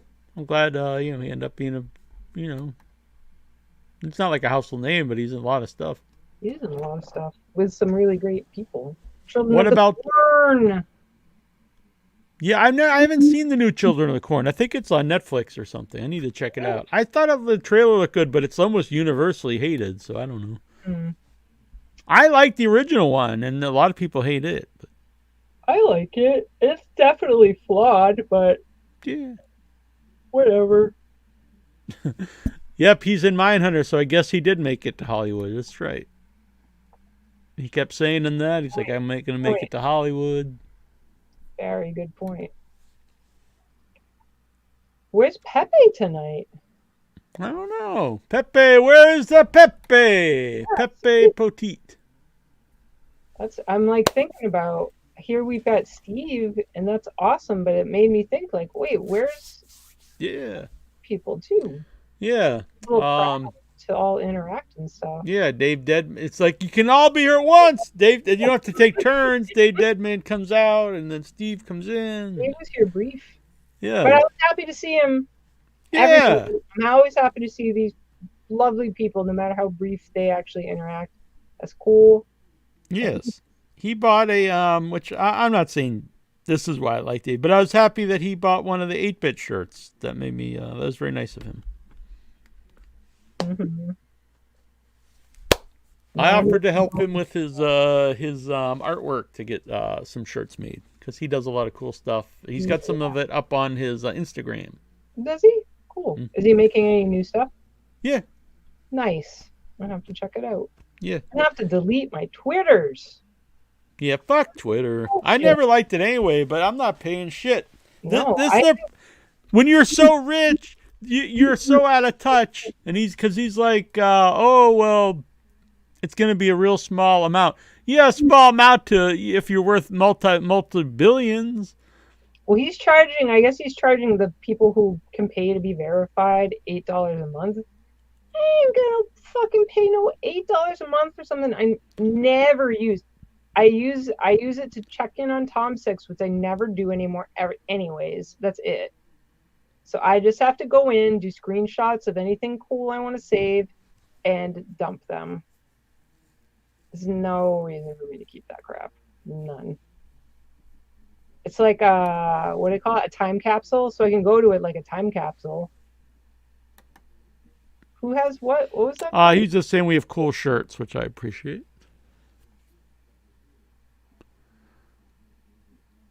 Oh, He meant it's the the Silver Shamrock one, 8-bit dudes. I have my own shirts. Those are Neal's shirts. Yeah. Well, we have without your head ones too, with the logos and stuff. Yeah, but I make them. Did I make anything on any of the things you're selling right now? I don't think so. I don't think so. I have my own shirts, but I have to get it organized and all that shit. The Annabelle Lecter art shirts and such. But yeah, you can check those out on a lot of them are on Amazon, and the ones that Amazon does not allow are on TeePublic. Do you make more money from Amazon or TeePublic? Yeah, Amazon. It's Much better cut. Significantly? Yep, much better cut. And they don't cost more, but they give you a much better cut. What is it? $5 over $5 a shirt for if you sell them for $20. Wow. And free shipping for people, huh? Yeah, there's shipping and and they get free, and people get free shipping with Amazon Prime. Yeah. I get like $2 a shirt off TeePublic. Mm. I'm just happy some people are wearing the shirts, mm-hmm. but it is a significant better deal for the artist on Amazon. Oh, sweet. Still have your Evil Genius work shirt. I have an Evil Genius work shirt over here as well. Oh, very cool. I actually found some stuff recently, too, when I was cleaning out some stuff. And so I have I'll have to offer them to people. I have those like a 5X, I believe, Evil Genius work shirt. Mm-hmm. And a couple hoodies. I think these hoodie. I'm not sure what size of hoodies are. I have to look, but there's a couple Evil Genius hoodie. Or no, Axe Murderer hoodies. So that'd be fun. People out there who would like one. Yeah. Yeah. Did you guys watch Tales from the Dark Side? Oh yeah. Oh yeah.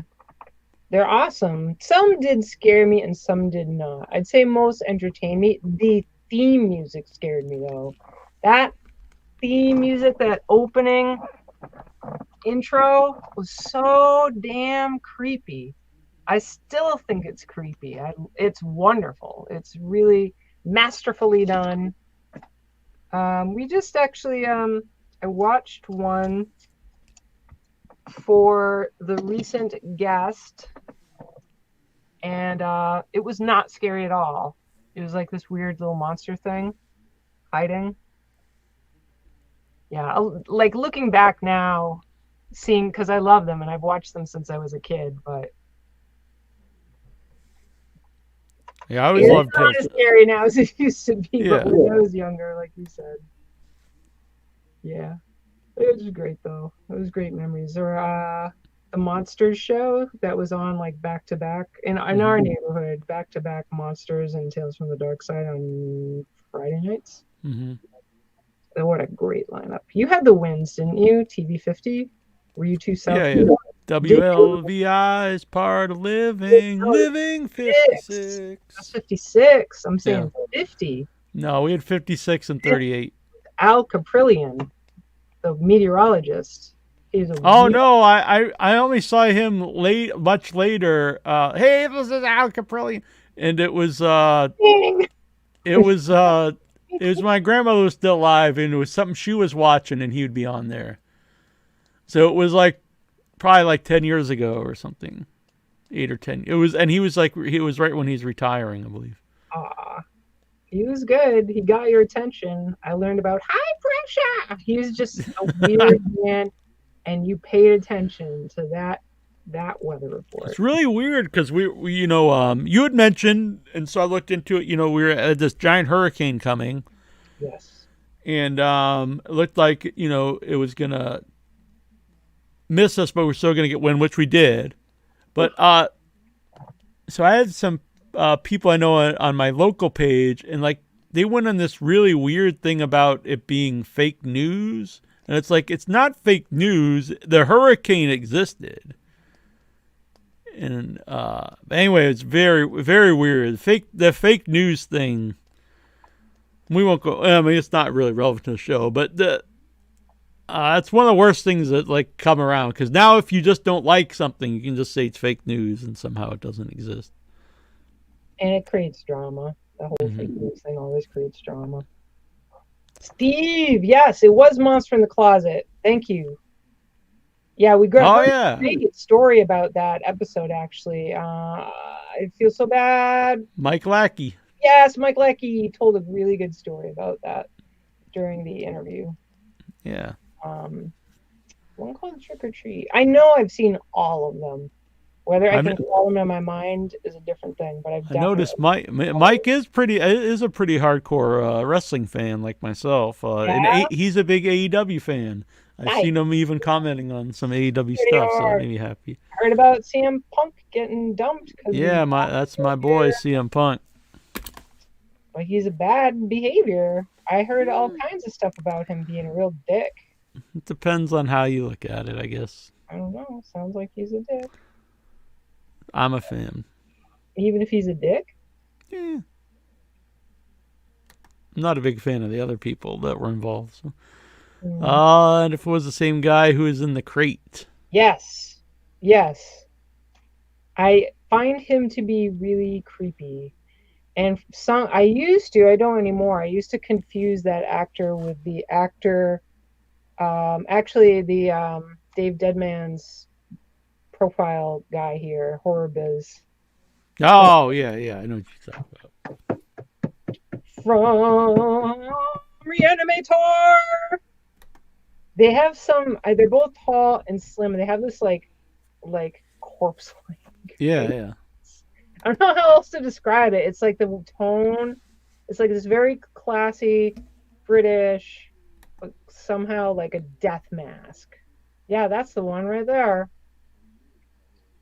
Yes, check it out. Monster's just so silly and fun, and the nostalgia is just great. It's just great.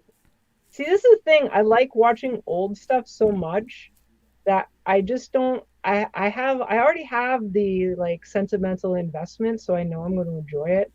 It's like an effort to watch some of the new stuff. It's like, well, I might like it, I might not. So unless I have a strong feeling towards I'm going to like it, it's hard for me to. I really like to watch new stuff all the time, but I understand. I like some new stuff, but even if I don't like it, I just like to watch new stuff. You get more house time than me. My time is. Well, I mean, you're the opposite of music than I am. I don't like to listen to new music, and you like to find new music. So, it's new music than a new movie. Like a song is 5 minutes. That's true. I don't know. I go to movies every week. I don't know. I just like to watch new movies and stuff. It's not possible for me to do. It's not possible. Then this picture though from Dave Deadman, that is from my top. I don't want to say my favorite. My top 5 sex scenes ever in a horror movie. That photo right there. It's a great scene. It's right up there with the Vine scene in Evil Dead. Steve Navarro, have you seen the word processor on the gods? That was another tale. I surely have. I'm not good with names or titles, so off the top of I've done actually pretty well so far. But I cannot recall it off the top of my head. I wonder how many seasons that show was. I don't know. God. All right. Well, we should probably take off. I've not eaten dinner yet. I'm very hungry. Yeah, I'm Space Cadet. I've been real tired lately. I'm just a mess. Something's going on. There's another person I work with who has ADHD. I think there's anybody out there who has ADHD, can you drop a note that says I am also having extra symptoms right now, because I think there's a pattern. So word processor that his son, but not his son. It's about a word processor that his son, not his son, but his nephew built, and the guy who gets the word processor has a bad family. When he puts his delete button, they disappear. Interesting. I like that. I don't know if you noticed this hat. Oh, sweet. Did you order that? I think I did after we got back because they didn't have them there. Yeah, but I bought it from their website at the. I liked cool. it. Cool. Kind of scruffy, so I'm wearing the hat. It's not bad. That's not bad. No, it also looks cool. I like it. Oh. It also blocks the light that's shining right here. Yeah. See, my hair is all madness. No, it's not that scruffy, but it's scruffier than I normally am. See, I can do stupid shit with my hair. I got Coolidge. I also have a Coolidge corner pin. Now I'm a total badass punk Hell rock. yeah. Do it up.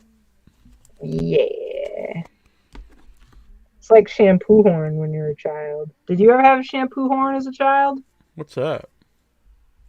It's when your mama or your parental unit adult, you're in the tub, because children don't take showers. They're just in the tub with a bunch of suds.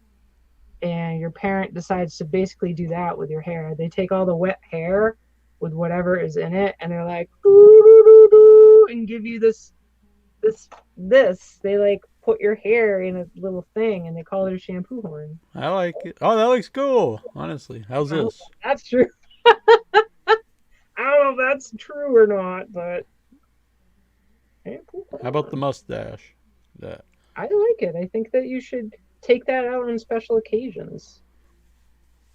I need to get regular, some type of mustache. I'm using this as Old Spice fiber wax. It's probably not the best. It must but smell strong. no, it doesn't smell That good. would have a strong smell. That would be a lot for me.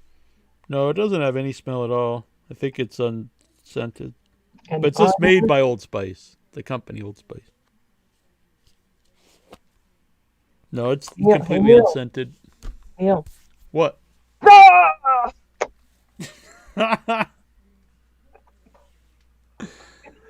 Are you Troma fans? I'm not like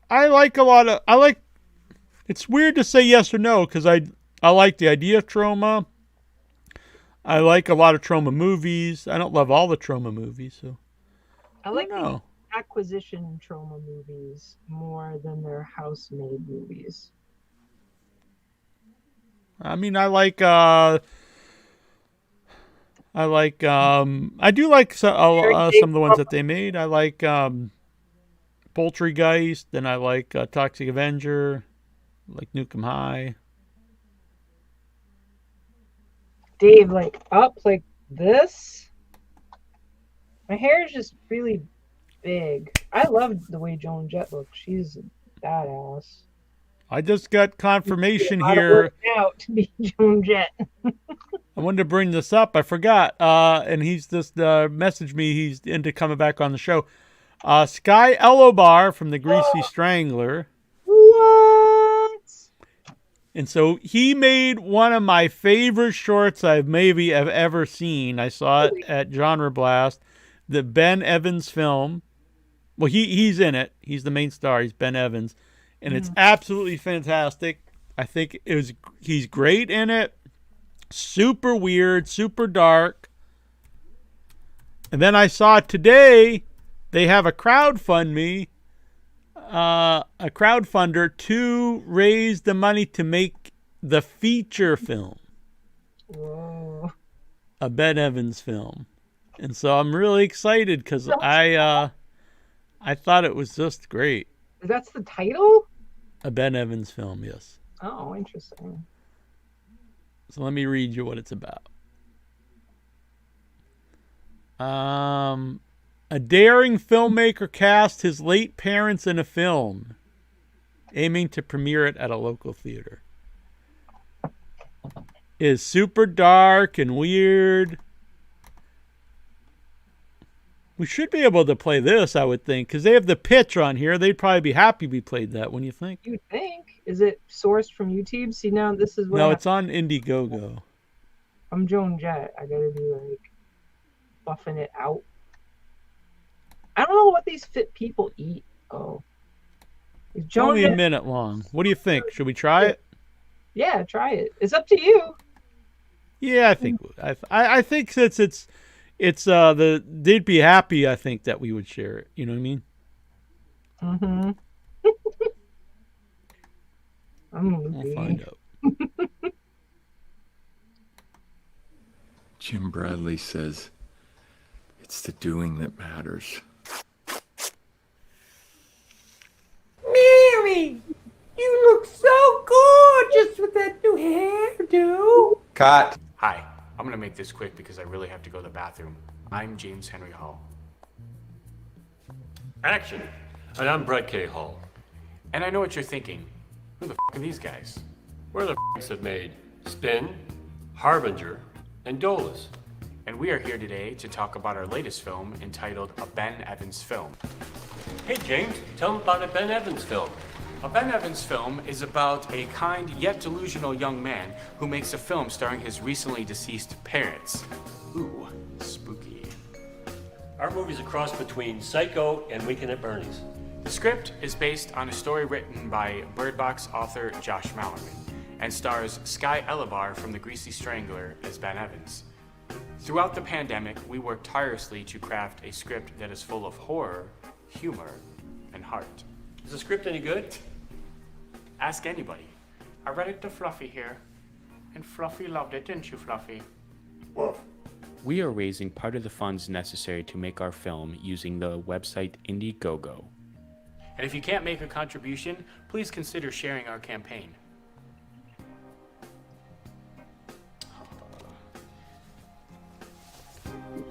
Re-raise, fucker. We didn't show too much clips of the actual short, just the beginning there, but the short is so good. That's pretty super. Pretty super. I can't get it. I can't. What? Maybe this is my do. This weird like Misfits spike. I like it. My Misfits spike. I honestly think it looks good. Yeah. You really? Yeah. Sweet. I don't know what it looks like on the side. I guess it's kind of like has a curl. Yeah, I like it because it's got the blue. It's like blue sideburns. Yeah. Yes. Kind of like this isn't gonna sound good. I'd say it kind of looks like Lenny or Squiggy there from. Just what I wanted. A Ben Evans film. Oh man, it was so weird, and I didn't know anything about it going in at Genre Blast, and we're just watching. I was like, oh shit, this rules. And then it won Best Actor. Sky won Best Actor, and I took a picture of it up on the screen. Yeah. And I texted it to Sky, and he was all excited. So yeah, if Sky comes back, that would be so nice. Yeah, he's into it. So we'll chance to be in that interview.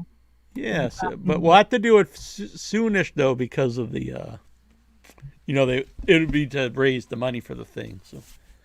Mm-hmm. Well, we got to get like a spreadsheet or something going on. Yeah, we'll figure it out. I'll send you some notes and we'll figure it out. All right.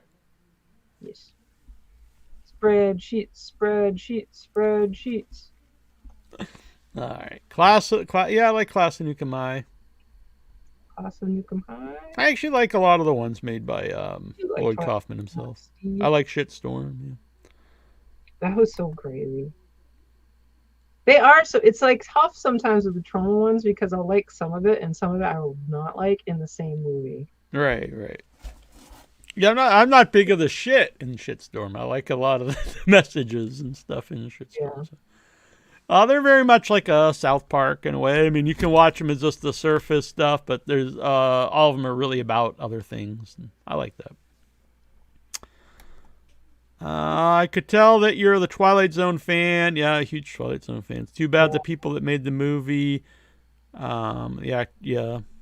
Terrible story. One of the, when the helicopter killed 3 of the people. Yes. But I mean, honestly, really like the movie. Mm-hmm. You want to see something really scary? But then it's got that stupid. What do they call it? There's like a name for that wildcat. Kick the can. What? The wildcat sound. It's like wow. Oh, yeah. And they use like for 20 plus years. It's just anything that's monstrous and animal-like gets that sound. It is pretty silly. I've never watched the new Twilight Zone series that was produced by guy made us there. I don't know if I watched it either, to be honest with you. That's something else. I don't have a million streaming services either, so it's not like I could just be like, what's on? Yeah, I've been starting to get rid of some because they keep raising their prices, and if you just get one, it's okay. But like Netflix, they raised it to $15.95, and it's like they did not. Yeah, it's like this is like getting expensive to have all these. Crazy. You know, when they're all like $5 or something, it's not too bad. But yeah, fuck that. So yeah, my plan is to just get rid of some of them, and then kind of cycle them in and out. It's like Disney Plus. I got it one time, and I watched all stuff I wanted to watch. Then I haven't got it since then. But now there's all kinds of stuff on there that I haven't seen. I think I'm going to get Disney Plus for a little while and cancel some of these other ones. And then I'll, cycle them in and out. I think there's a lot of people doing that. It's just so crazy. Like, if everybody charged a reasonable amount, all of these businesses would make money. And, I mean, I don't think competition is bad as long as everybody's staying on the same level. Like, if there's competition, everybody stays equal, then that's cool. Everybody gets to make their own products and have their own audiences, and that's fine. I don't know. I don't think there's anything wrong with competition as long as there's not so many that no one's making money. It's one of the best ones ever, Steve. I agree 100%. It's with Burgess Meredith. Yeah, it's so tragic. I'd like to think eventually he could figure out some clever way of dealing with his vision. Time at last. Yeah. He'll figure it out. Burgess Meredith, great. He's more than just the Penguin. But the Penguin's pretty cool, too. He was in one of my favorites. Rocky. Burnt Offerings. One of my favorite horror movies. I love that movie. It's so creepy. It's got the man in it. That man. Burgess Meredith? No, he's got him, and it's got that woman in it, and that other woman. The one with the face? Aaron. You with the face. Aaron Black. It's got that older actor from the generation before who was like known for being a horrible person to her children. Oh, I know what you mean. Yeah. Yeah, what was her name? I don't know, but I know who you mean. Yeah, and a guy, my celebrity crush, even though he was dead for a while, the British guy who's a horrible bastard. You like him. He was super drunk on every show ever. Yeah, that's why I liked about him at the time. No, I always liked him. I know what you mean. He was in the cool werewolf movie, English one. Yeah, he was in Oliver Twist. Yeah. Yeah, and he's a creepy uncle. Isn't he the creepy uncle in Pinball Wizard? Was Tommy? Yeah, Tommy. Yes, he was in Gladiator. I keep thinking of names that aren't him. Oliver Reed. Oliver Reed. Yeah. Did it. Yeah. Oliver Reed. Yep. Dead celebrity crush. But what can we do? It's such a good movie. It's such a wonderful, scary everything. It's great. It's great. I wonder what that kid turned out to be. I should remember that woman's name. Just classic actress. I don't know. But it's a fantastic movie. It's super creepy. If you like haunted house movies, possession movies, it's freaking wonderful. It is also very dark. It does not have a happy ending. I'll just leave it at that. All right. I don't know if that came out in 1989. I think it would have been before that. No, it was not a psychopathic child that turned into a killer. If you're maybe you're thinking of Offerings, but the one I'm talking about is Burnt Offerings. to Steve. So I'll be back next week, and maybe we'll be back with an interview or something next week if we can figure this out with Annabelle and I, when Sky Alibar. Well, I can't be here. I know that, but maybe we can try to figure out from under. Otherwise, you'll have to do it because it's time sensitive. It's time sensitive to promote his crowdfunding. So my option, I don't know what my option would be. Yeah, we'll talk about it. What time is the time sensitive? When would it have to be done by? Well, it would be earliest so they could promote the crowdfunding. Sure, but is there a max? I'll have to look into the days it's on and stuff. Maybe we can even do it when you get back. We'll figure it out. Right. I think it's 22 days, so it's possible we could do it when he gets back. Okay, everyone. Thank you so much for being patient with me as I disintegrate mentally. But I kind of like my hair too. It's pretty sweet. Yeah, it's rocking. I dig it. Yeah. It's pretty cool. We'll see about that. Could be my new do. I don't know if you ever noticed this guy's up here. Oh, look at that. Hold it up to your face. Bring it closer to the camera. Bring him closer to the camera. That's so great. It's my little Neal. It's very cool. I love it. Yeah. He's up here. He's hiding behind my tinsel. I have this Halloween tinsel. There's pumpkin tinsel and purple bats. It's a little hard to see. Yes. I have a bin that has Halloween lights that are orange, and I can't find the bin. It's very strange. But anyway, it would really showcase this tinsel at the moment. I'm gonna have to get a new background for myself. I'm tired of this bland thing. My red one is too much for my day job, and I can't just be swapping back the fucking curtains. It's too much. I'm gonna have to find something new that can work in both. Both, I see. So you can just like spray paint that with some whacked out stuff on it. No, I couldn't hang just like crazy shit. But I get you. I'll get it. Be less the lame. All right. Oh, we're gonna play us out with some Poltergeist OD. We're gonna play The King. The King. Which is his song about Stephen King. Now, nice. It will say Gary Sherman was on the show. He was not, but hopefully he will at some point.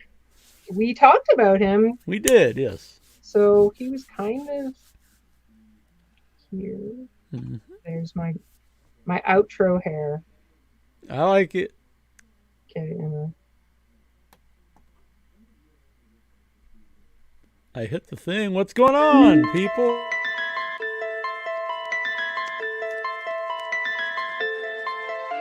I'm the boogeyman, I'm a killer clown. Walk a green mile in my clothes. You'll see I'm a red balloon in the road. I'm he who walks behind the rose. I fight fires with a typewriter. More suspension than a tight wire. Leave it up to me, you'll need to climb higher. Cause I'm over your head, night flyer. Run that mouth like a Langolier. Been this way since like 15. Run game like a racketeer. Just drives you mad, Christine. Started breaking glass, I started breaking battle. Plus it didn't help that my dark half was stark raving mad. I'm Cujo through a cat's eye. Creep show with a heavy tide. I'm a tall tale from the dark side. I'll never change, I'm Pennywise. And the reason being for the reasoning. Evil in the grand scheme of things. Conquers all like medieval kings. You'll get what you deserve, evil things. Got no time to relax. My overdrive set to max.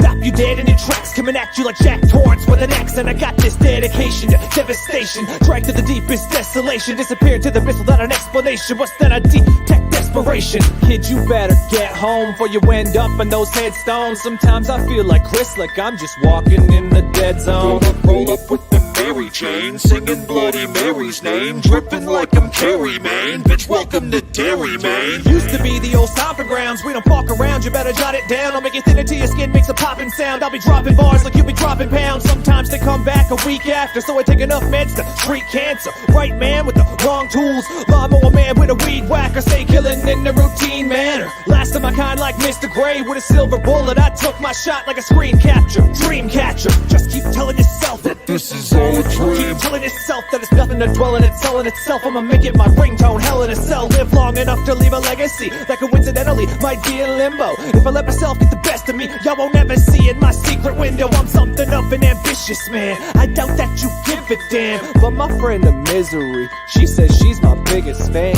Real shocker, real sweet talker. Got myself in some deep water. Got you sick fucks mixed up like, please doctor, I'm a sleepwalker. Yo, word to all my predecessors. What defines a tremendous effort? Poltergeist, I've been dead forever. I guess sometimes dead is better. Girl, you look unwell. Here's the key to my room, number 1408 in the Overlook Hotel. Just stay there for the day. By the way, I hope you fare the same. Don't bother screaming for help, I'm afraid my hands are tied. Gerald's game, I drop in like an atomic bomber with a half-cut bottle of Johnny Walker. Coming up from the underground just to get some air. Tommy Knocker, I've been working the graveyard. Been up all night through the dark hours. Had to take a stand up, Randall. Had to flag him down from a dark tower. Out of my mind, got time to take. Stand by me, stay wide awake as I make it rain metal in a homicidal rage. And I watch him ride the bullets like a tidal wave. Yeah, it takes a lot if the patient's not in a state of shock from a fatal shot in a painful spot. You're not gonna make it like Salem's Lot, a vacation spot. Cause it's not even the incentive to shit for real, or probably rent it too. Some of y'all already knew I party like it's 1922. Got death for all my enemies, redemption for the penitentiary. Black clouds forming next to me, it'll be the storm of the century. I'm up next, I'm the running man. I am death, son of Sam. Leave you nothing but a bag of bones under your dome and shut it then.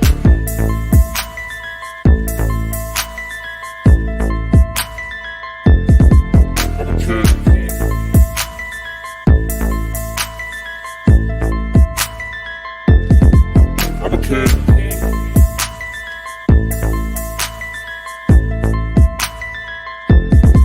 I'm a kid.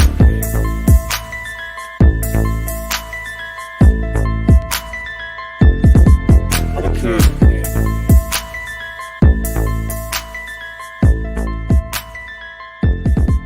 I'm a kid.